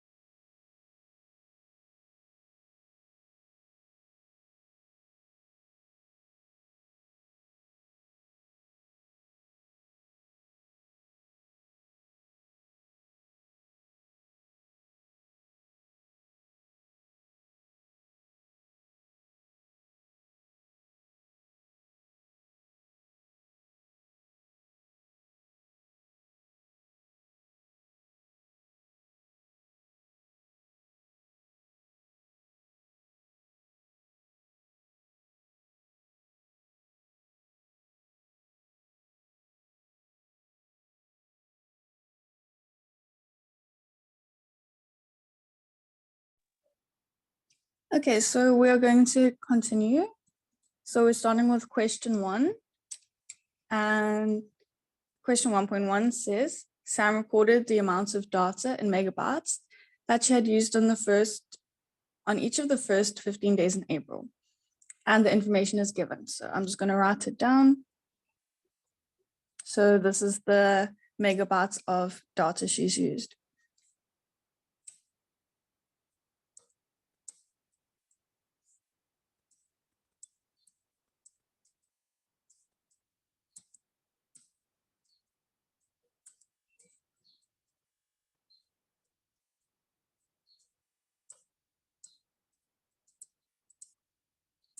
So this is for each of the 15 days.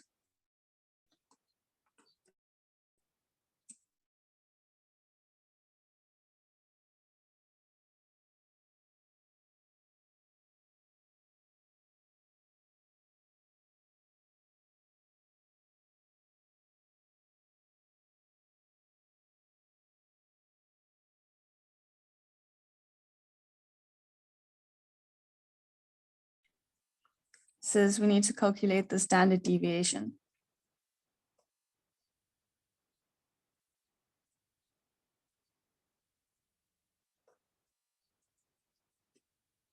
Okay, so I'm going to give you a moment to try and do that by yourselves on the calculator, and then in a minute or two, we can go through it together and I'll show you the steps on your calculator if you don't know how to do that.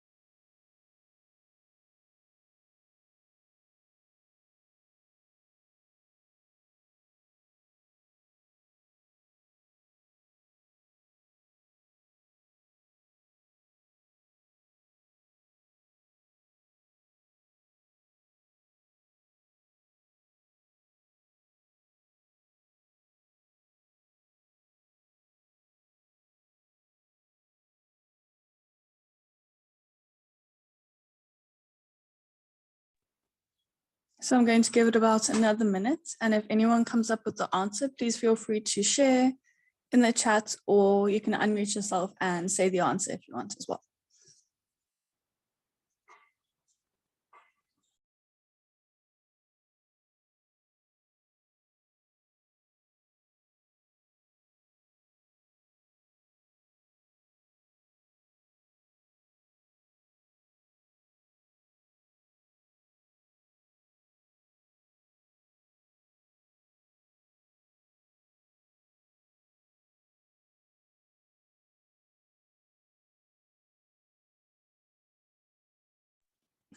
So I've got a question, will analytical geometry be covered from 3 to 5?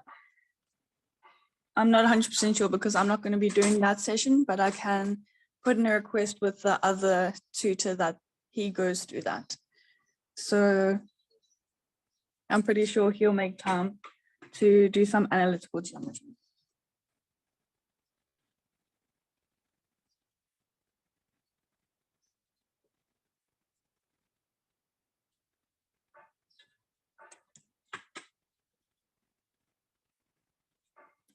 Okay, so does anyone have an answer yet?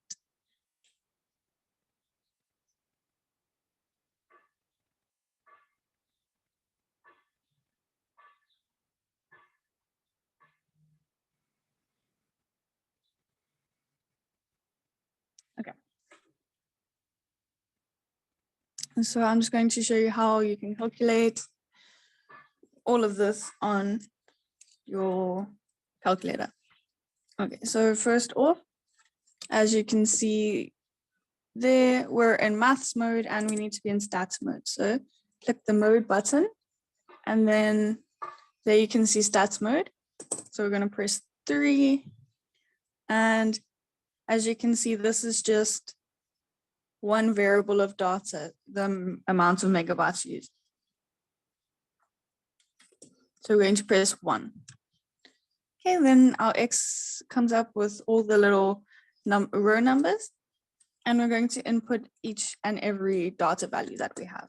So I'm just going to do that. You can follow along. So 26, you see it shows up, it shows up at the bottom there.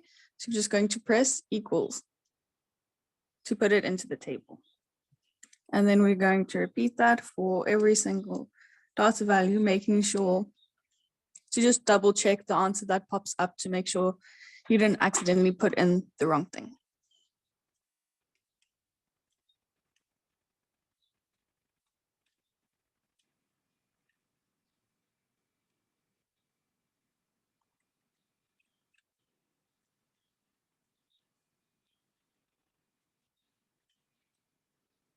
Okay, so everything has been input. You can see the last data value is at 15. So that makes sense when you read the question and it says that she recorded the amount of data she used on each of the first 15 days in April. So 15 makes sense. Okay, so now we've entered everything. We're going to press AC and it's going to keep the data for us. Then we want to know the mean, and it might be helpful to know the sum of the data as well. So we can just make a little note of what the sum is. So now we're going to press shift and stat/dist over there. Okay, so then, sorry.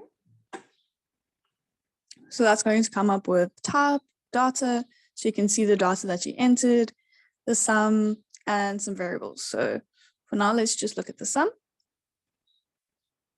We just want the basic sum. Okay, so it's 375. So let's just make a note of that there. Okay, so using the sum, we can calculate the mean. 375 divided by 15. Right, and you can just put that into your calculator, or we can go back and type in var, so that's number 4, and then press 2 to calculate the mean. Yeah, so the mean is 25, that's correct.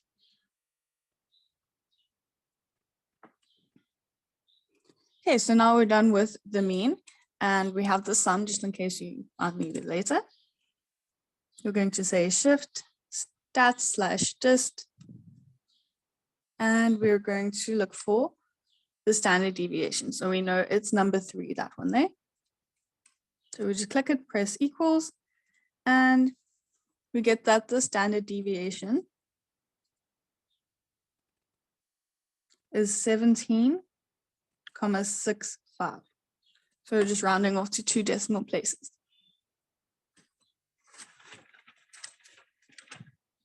So that's how you get mean and standard deviation using your calculator. It's pretty easy as long as you remember all the steps. Okay, so then now we're done with that question. 1.1.2 says determine the number of days on which the amount of data used was greater than 1 standard deviation above the mean. So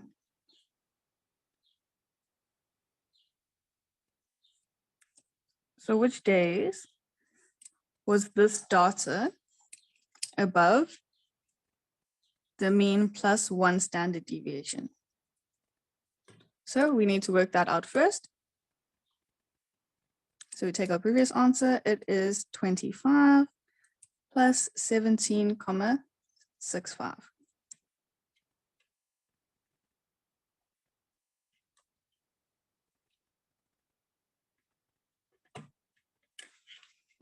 And that gives us 42,65. So then now all that we have to do is look at this answer that we've got here and see if any of these data values are higher than this number that we worked out. So if we go through it, we see that 58 and 69 are higher. And it doesn't ask for the values, it just asks us the number of days on which the amount of data was greater. So it's just 1, 2. So 2 days.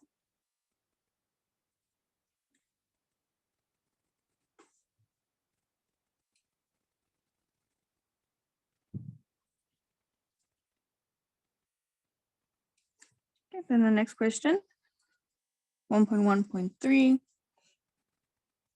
Calculate the maximum total amount of data that Sam must use for the remainder of the month. So we want to know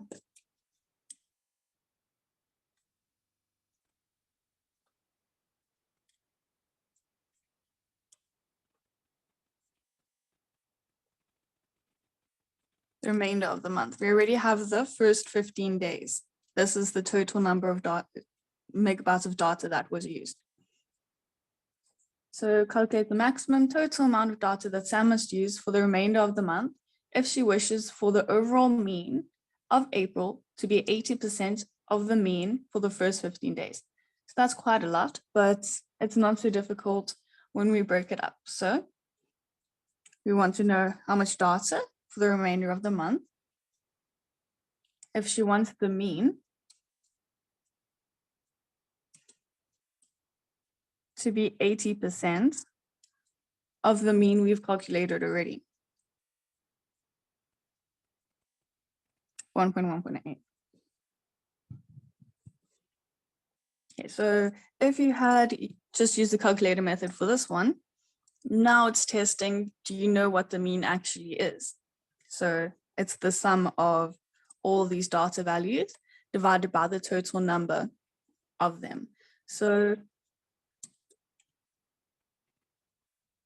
April has 30 days. So the number of data values is going to be 30. Okay, because for the next 15 days, she's going to use data as well. Okay, so what is this new mean going to be? Well, it's 25, that's our old mean, times 80%. So 80 over 100 is going to be the sum of all the data used. So we know the first half of the data was this, 375. And we need to work out how much data she must use for the remainder of the month. So let's call that X, because we don't know how much she should use. And then we know how many data points they're going to be, it's 30. So now it's just some simple arithmetic. So that ends up being 20. We have 375 plus X over 30.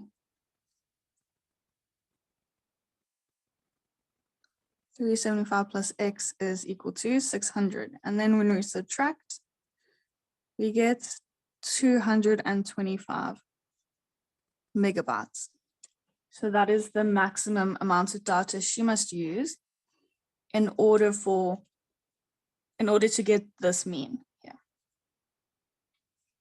So as you can see, it doesn't say what data she used on each of the days from days 16 to 30, but you know that the total amount must be that.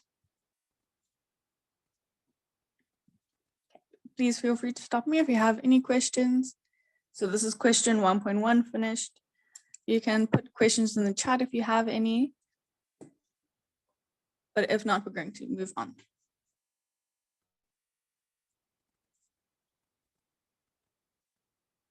Okay.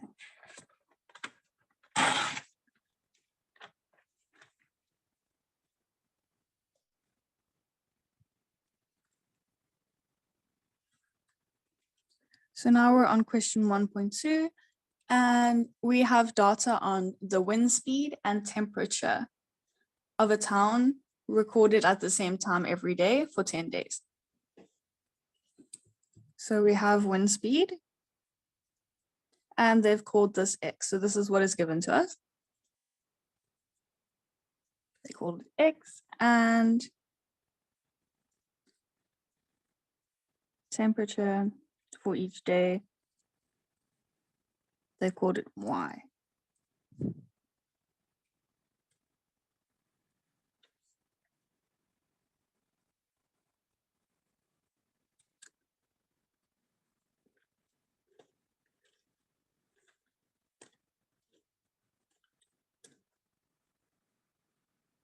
Okay, so I'm just going to fill in the values that are given. So just note this is in kilometers per hour and this is in degrees Celsius.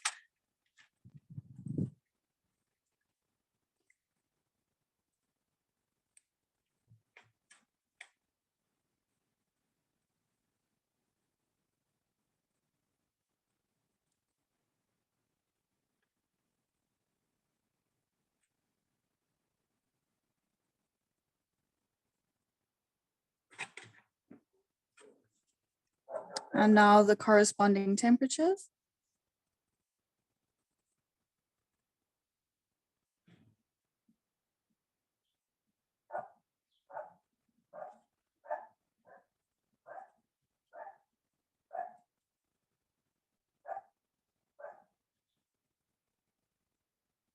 Okay, so this is what has been given to us.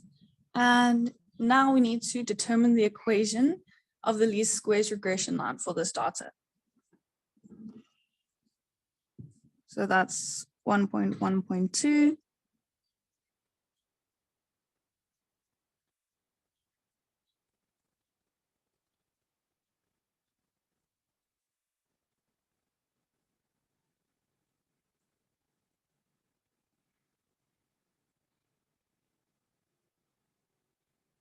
Okay, so to put this data into your calculator, it's similar to the procedure we just used, except now instead of choosing one var, we're going to choose number 2. It says a plus b x. So if you're following along, you can take this time to put all of this data into your calculator. So I'm hoping you know how to do that. So I'm going to give you 2 minutes to put all that data in, see if you can calculate what A and B are. And then in 2 minutes, I'll do it with my calculator to show you in case you need a refresher.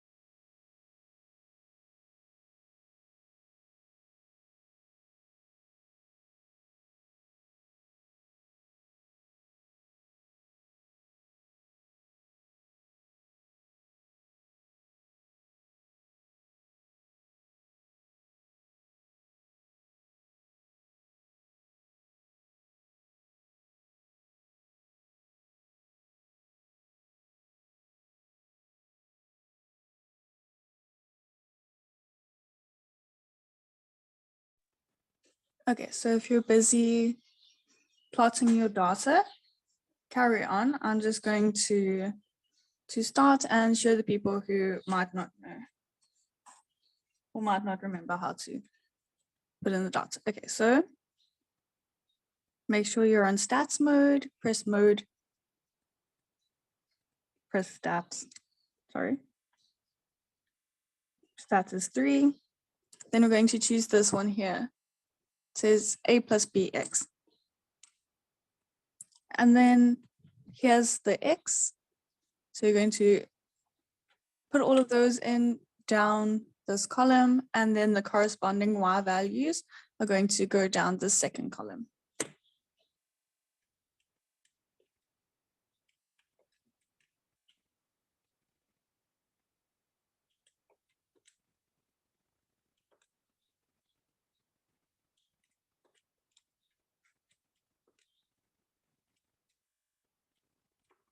So that's all the x values done. Then the corresponding y value. So just make sure for 2, the corresponding value is 28.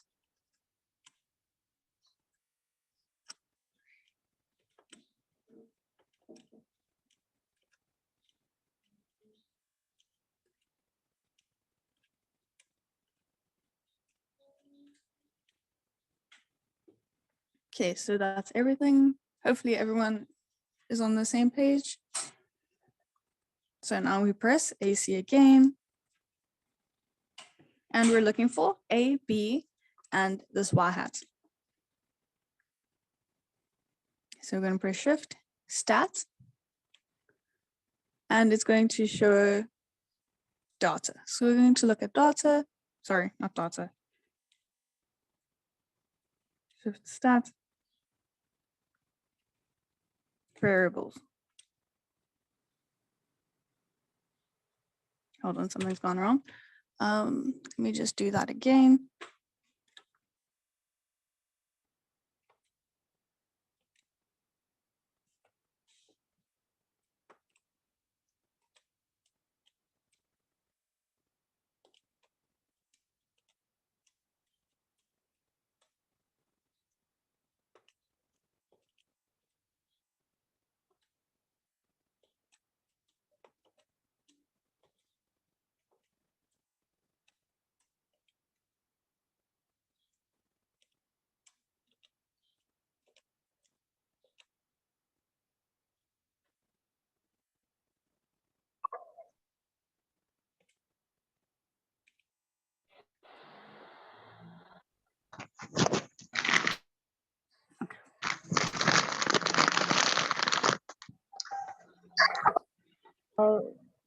If you don't have a question, please mute. Okay, so you press 5 for regression. It gives you the A and B value. Okay. Press 1, press A. That is 29.35. Sorry, comma. Regression. Okay.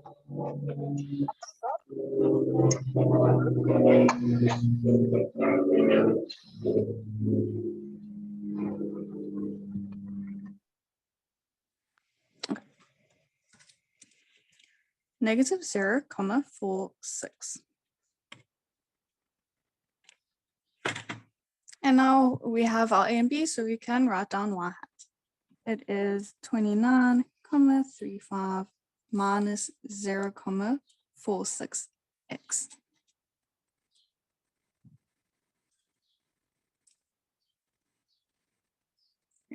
Then 1.2.2, we need to predict the temperature, which is y, if we are given this wind speed of 9 kilometers per hour. So you can either do this with your calculator or use this that you've just gotten.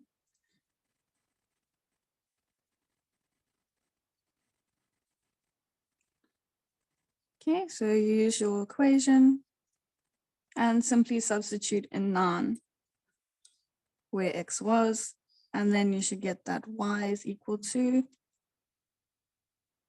25.21 degrees Celsius. And don't forget your units.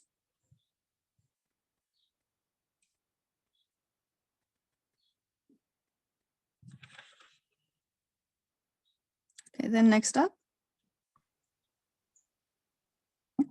1.2.3, we need to interpret the value of b.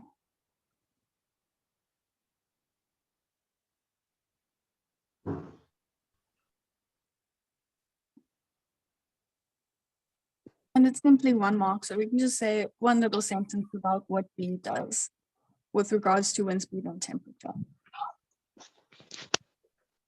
Okay, so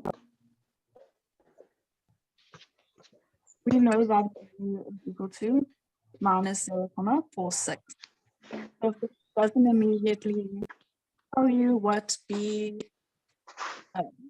in terms of wind speed and temperature, we can imagine, we can just draw this graph like a little quick sketch. Help ourselves know what it does. So we have our X and Y axis. So 29.35, that's going to be the y-intercept, 29.35. And then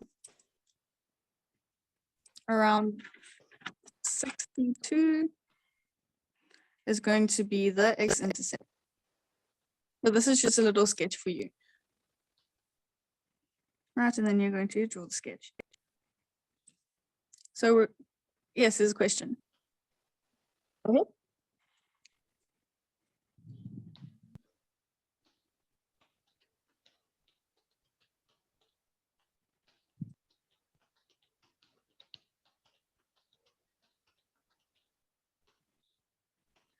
Q, you have a question, your hands up?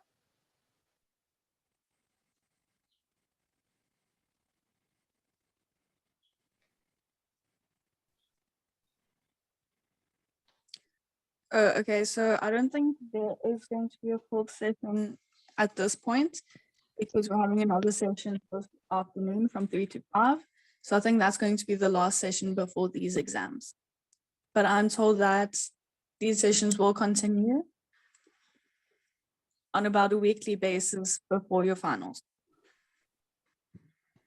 The last session before these exams is today after. Okay, so we're taking a look at this graph. Remember, X is the wind speed. Y is temperature. Let's just look at the graph and see what happens. So let's start at 0 and move this way. So wind speed is increasing. What happens to the graph? So as wind speed increases, like this, you can see it's increasing along the X.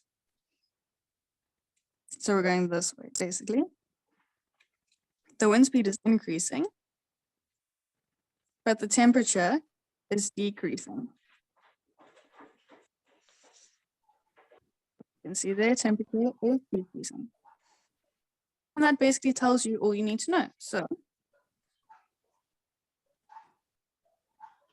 because B, which is basically the gradient, is less than 0, as wind speed increases, so you can see it starts at 0, it goes all the way up to 62 kilometers an hour, based on the graph. And the temperature starts at 29 degrees and goes all the way down to 0. So as wind speed increases,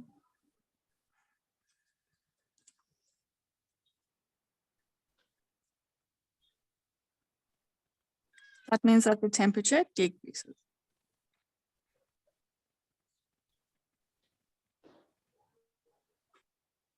So that's basically all you have to say about B.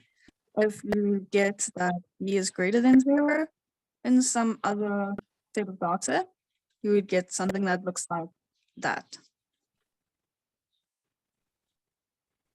And then you would see that as X increases, Y also increases.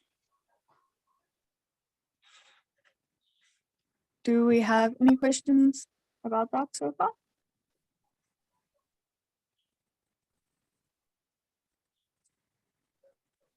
You can put the question in the chat or unmute yourself. Sorry.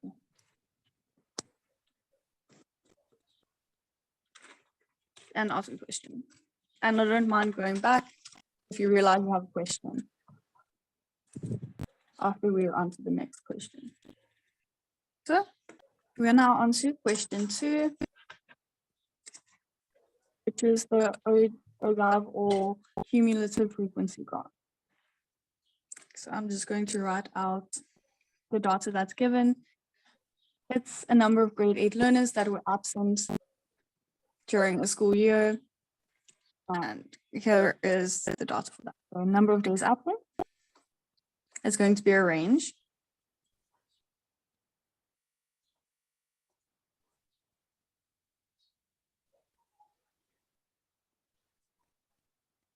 So it's 0 to 5.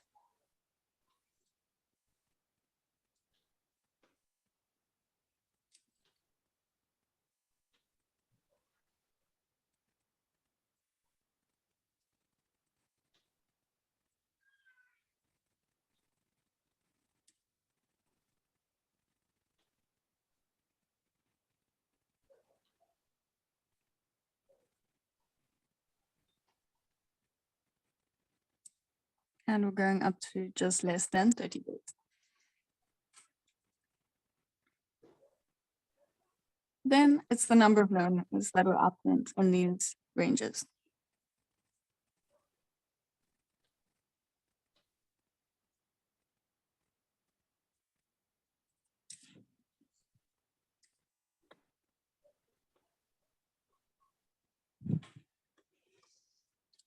So it's 34, 45, 98, 43, 7, and 3.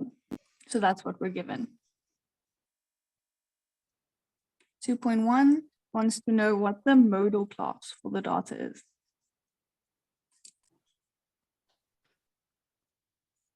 So we know that mode or modal, it means most. So the highest frequency. So I'd like to remember it as most. As you can see, they all start with MO. Okay, so which class is the highest frequency? Well, if we look at the data that we're given, we can almost immediately see that 98 is way bigger than everything else. And what class does this frequency belong to? This range, 10 less than x, less than equal to x, less than 15. So we can just write that down.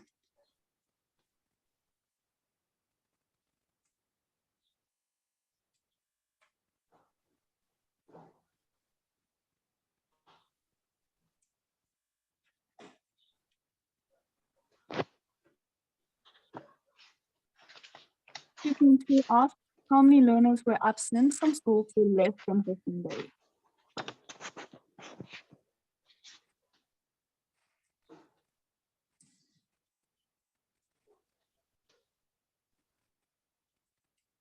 Okay, so we have all these ranges here. This x is less than 15, right? It's between 10 and 15, but so is, say, 7 is less than 15, 0 is less than 15. So we're going to include all of these ranges here because all of these ranges are less than 15. So we just need to add all of these students. So 34, 45, and 90. So when we add all of those up, 177.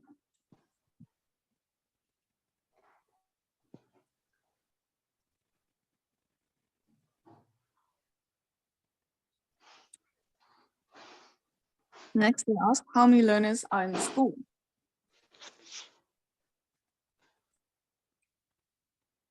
Okay, so this is everything we have. So we are going to assume that this is all the learners. So we're just going to add all of them together.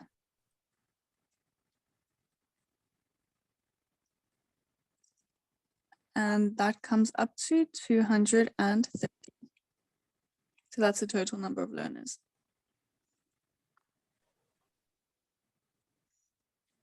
Okay, so next we're going to draw the cumulative frequency graph. So before that, we have the number of days absent and the number of learners, but we don't have a cumulative frequency yet. So let's do that before we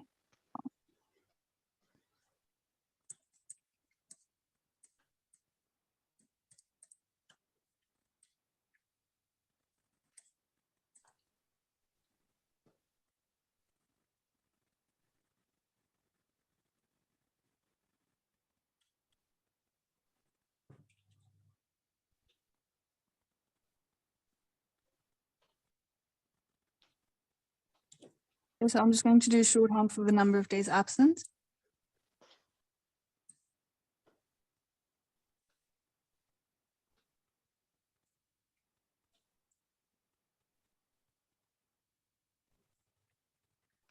Okay, and I'm just basically copying the data from up here so that we can add the cumulative frequency column.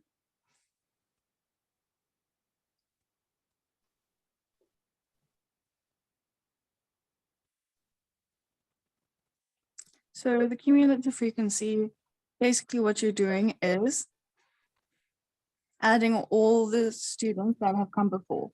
So here you're asking yourself, how many students were absent for less than 5 days? Well, it's just this 34. But then when we ask how many students were absent for less than 10 days, well, it's all the students that were absent in this range, and also all the students that were absent in this range before it. So you're adding 34 plus 45.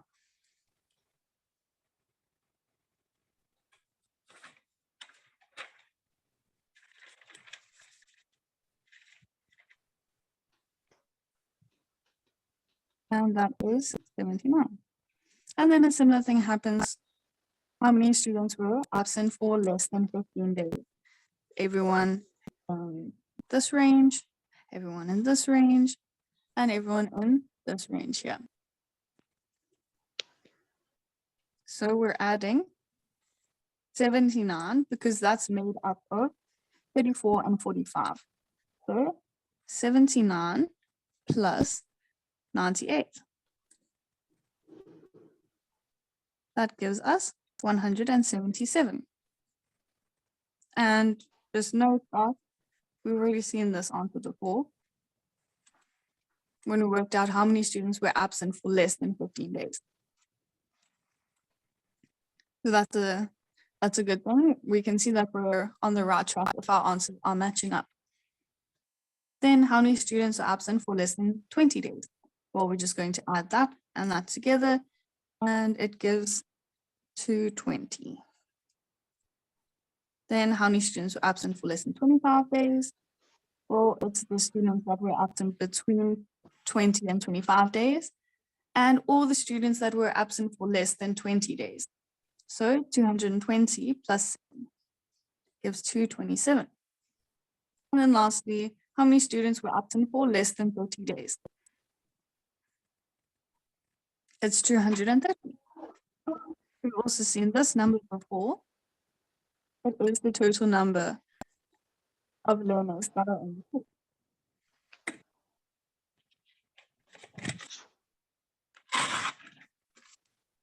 Okay, so I'm going to keep those values up there, and you're given a grid in your answer book, but I'm just going to sketch out a rough graph.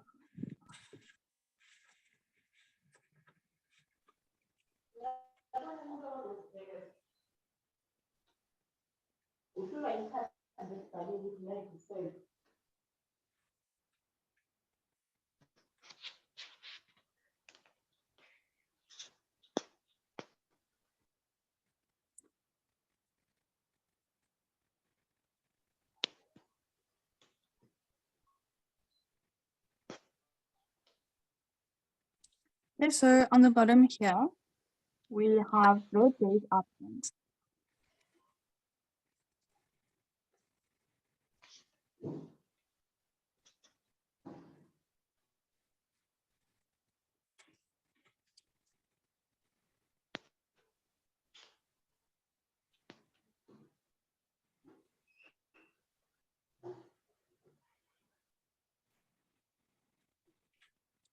Okay, and here I'm just going up in 20s, but you would just follow the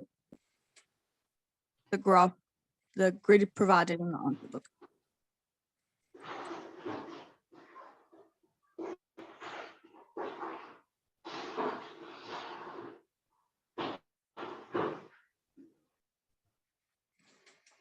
So this is the cumulative frequency. So it's going to go up to, well, include the maximum number of students, or the total number, which is going to be around here. So this is the cumulative frequency.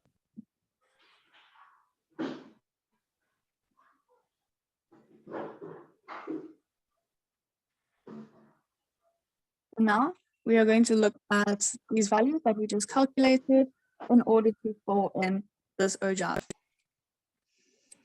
So number of students less than 5 hours, right? So this is going to be the 34. So we're going to go up and look for 34. So I'm just going to do this roughly so you can see the rough shape. And to do it, we're going to use your ruler and be more careful and methodical about it. The less than 10, we're looking for 79. What's a Luke? Okay.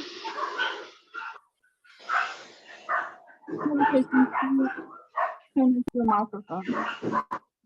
15, 107. So that's a big jump to around there.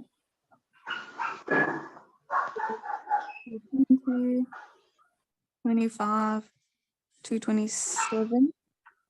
Let's put it in there. And then 58, 237. Just remember, we're starting off at 0. So you need to anchor your graph to 0. And then stop at the final. So it's on final cumulative frequency. Okay. Now we're just going to draw this shape as best we can. And you can see it looks vaguely like an S shape. So we know we got this shape pretty well. So we can be confident that this is a good representation of the cumulative frequency and days absent. So that was 2.4. So don't forget to label your axes and put down all the points. Make sure you join them. Okay. Next is 2.5.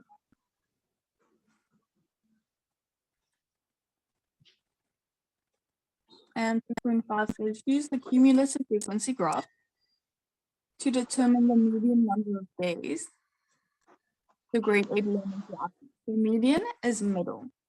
Okay.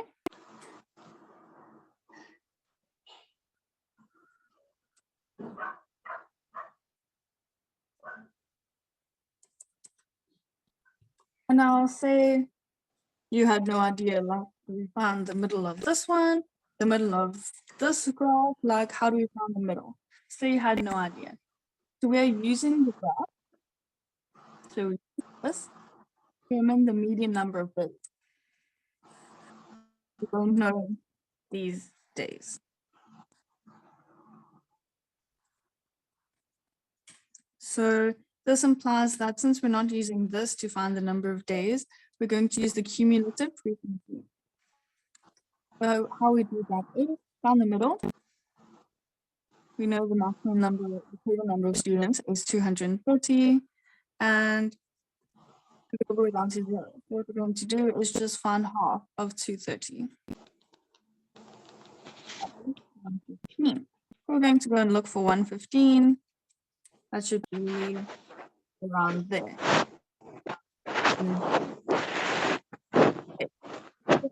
You're going to use your ruler. Along to meet your graph, and then you're going to use your ruler to drop down perpendicularly all the way like that to find whatever day that is. It looks about day 12.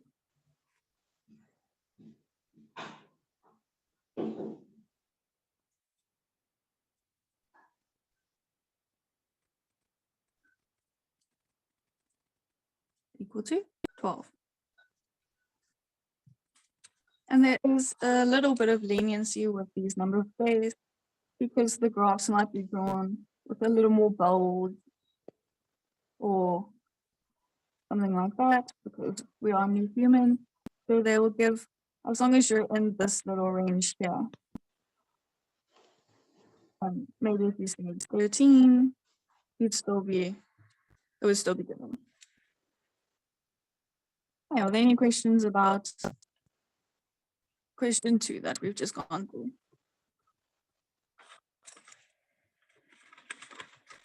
Here's everything.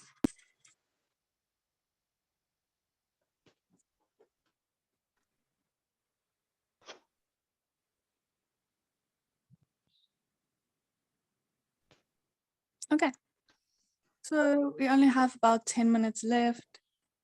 If no one has any questions, I'm going to do. Yeah, got a question? I can think about parties and clothes, popularity. What business were so limited? You were 16. So, with the remaining 10 minutes, I thought that was the only way to get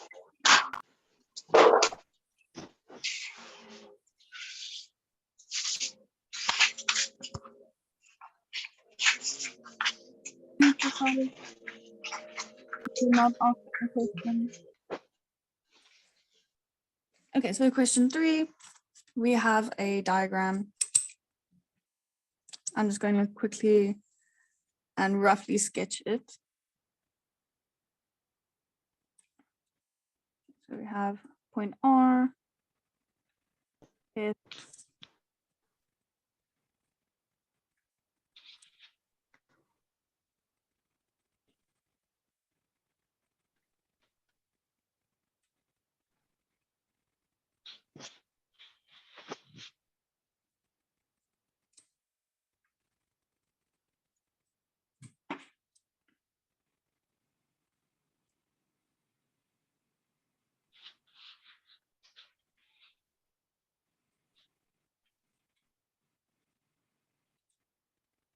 okay, so this is what our diagram looks like,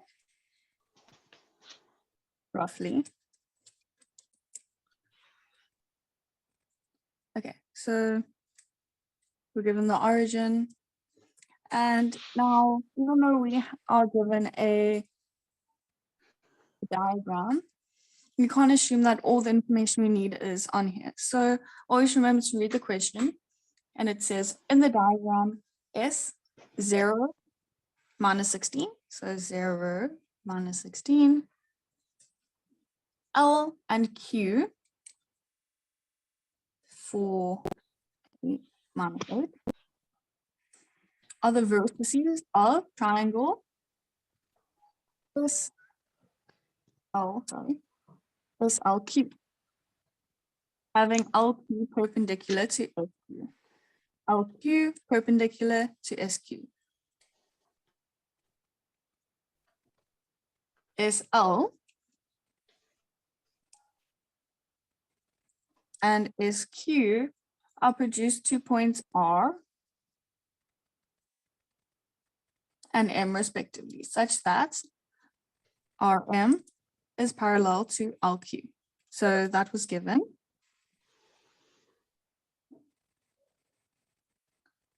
SM produced the cuts, SM produced cuts the x-axis at N, which is 8, 8, 0. QM is equal to MN. T and P are the y-intercepts. T and P, I forgot to add that, of RM and LQ respectively. So now we have all the information we need. So this is question 3.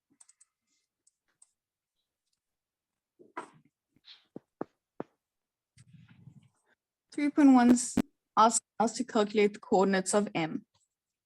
So that value there.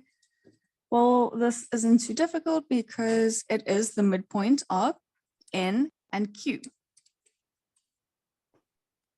So to get the midpoint, we're just going to take x values, add them together, and divide by 2. So the x value of m is 8 plus 4 divided by 2. The y value of m is 0 minus 8 or divided by 2. 0 minus 8 divided by 2. So therefore, the coordinates of m is 12 divided by 2, which is 6, minus 8 divided by 2, which is minus 4. So now we have this in your exam. You can fill it in on the question paper if you like, but just add a star, fill it in pencil, so you know that this is a calculated value. So don't work with it unless absolutely necessary. Rather work with one of the ones that were given, just in case in the exam panic, you make a little mistake somewhere here. You don't want it to carry over into the rest of your work. So 3.2, calculate the gradient of NS. So this is a small m, and that is a capital M. So the gradient is change in y over change in x. So this is NS, it's a line. You can use pretty much any of these points since they're all on the line, they'll all give you the same gradient, but since it says NS, let's just use N and S. Okay. So y value of N is 0. Minus 16, so plus 16. X value of N is 8. Minus 0. That gives us 2. So the gradient of this line here is 2.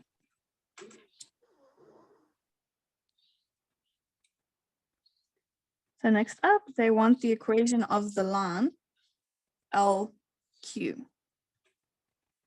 And that is this line over here. Right, and you can see this line is perpendicular to the line whose gradient we just worked out. So maybe we can use this gradient to find out the gradient of this line. Since we don't know L, if we knew the coordinates of L, that would have been preferable, because since L is given, we could use that with Q to work out. But since we don't, we're going to have to use our previous answer. So, of LQ. So when two lines are perpendicular, we have this neat little formula. The gradient of Ln times the gradient of Ns is equal to -1. And that's because LQ is perpendicular to Ns. Now we know the gradient of Ns is 2.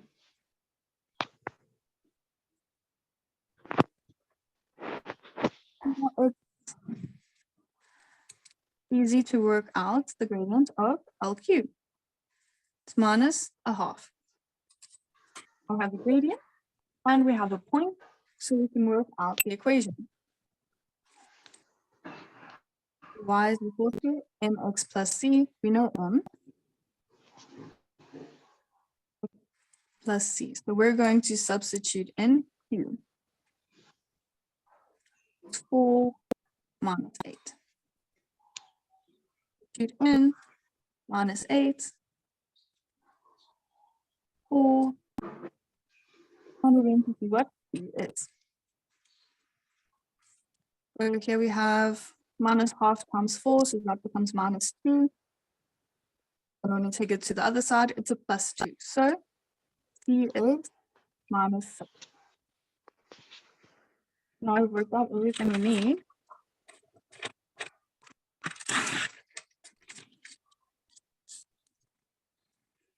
To state the equation of LQ. So y is equal to the gradient -1/2 x plus c, which is -6. So that's the equation of LQ. We have 2 more minutes, so I'm just going to squeeze in 3.4, which is determine the equation of a circle with center at O, the origin, and passing through S over here. So it's going to be a very big circle, looking something like, okay, so the equation of a circle we know is x minus a squared plus y minus b squared is equal to r squared. Okay. So we know, we're just told that the circle is centered at the origin. So x minus 0 squared plus y minus 0 squared is equal to r squared. So how do we find r? Let's look at what we have here. We are given that the origin is the center and it passes through S. And luckily we're given what S is. So you can see there's the origin and here's a line to the circumference. So OS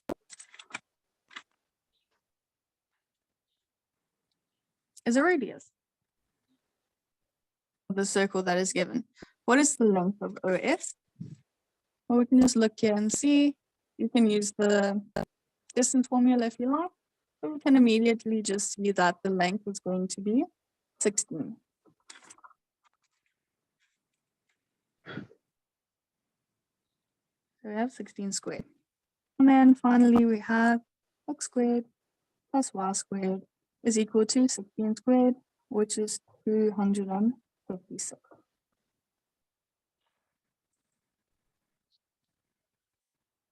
Okay, are there any questions about this?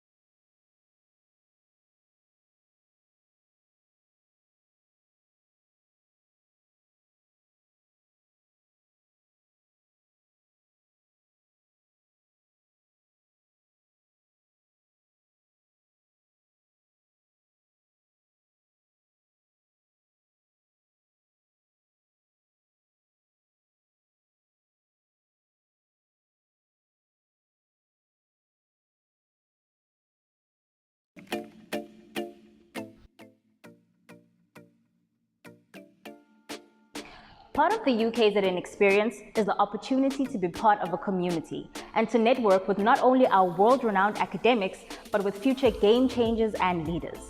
They do say that the extent of one's success can be attributed to those they rub shoulders with. Therefore, you must surround yourself with like-minded people. So, how do you become part of a community that is committed to your self-development? How do you become part of UKZN? First, you have to apply. All applications for undergraduate studies at UKZN are processed through the Central Applications Office, CAO. This is for both your course and student residence application. The application process is as follows. Step 1. Consult the CAO handbook. This handbook provides a list of all qualifications available at UKZN. Step 2. Have a look through the various courses offered and choose a program that interests you and for which you meet the minimum requirements. As one of the top 5 universities in the country, UKZN promotes academic excellence. So meeting the minimum requirements does not guarantee you a place to study. Step 3. Find the program code linked to your chosen qualification. This is the code you need to enter in your application form. Okay, let me show you something. You see, a code has 3 parts. Example, for BCom in accounting, the code is KN-P-BCN or KN-W-BCN. Crazy code, right? Well, basically, the KN stands for UKZN, the middle part stands for the campus of your choice, P for Pietermaritzburg, W for Westville. Then, BCN stands for the actual course. Make sure to get these codes right. Step 4. Use this program code when completing your CAO form, which is available from the CAO website. Your application will be sent to UKZN. You can always check the status of your application using your CAO number, ID number, or passport number on this website, www.caocheck.ukzn.ac.za. For more information, visit www.cao.ac.za. It's that easy. Pay close attention to closing dates for qualifications. For example, MBCHB closes on the 30th of June, whilst other undergraduate programs close on the 30th of September. What are you waiting for? Apply now and shape your future today.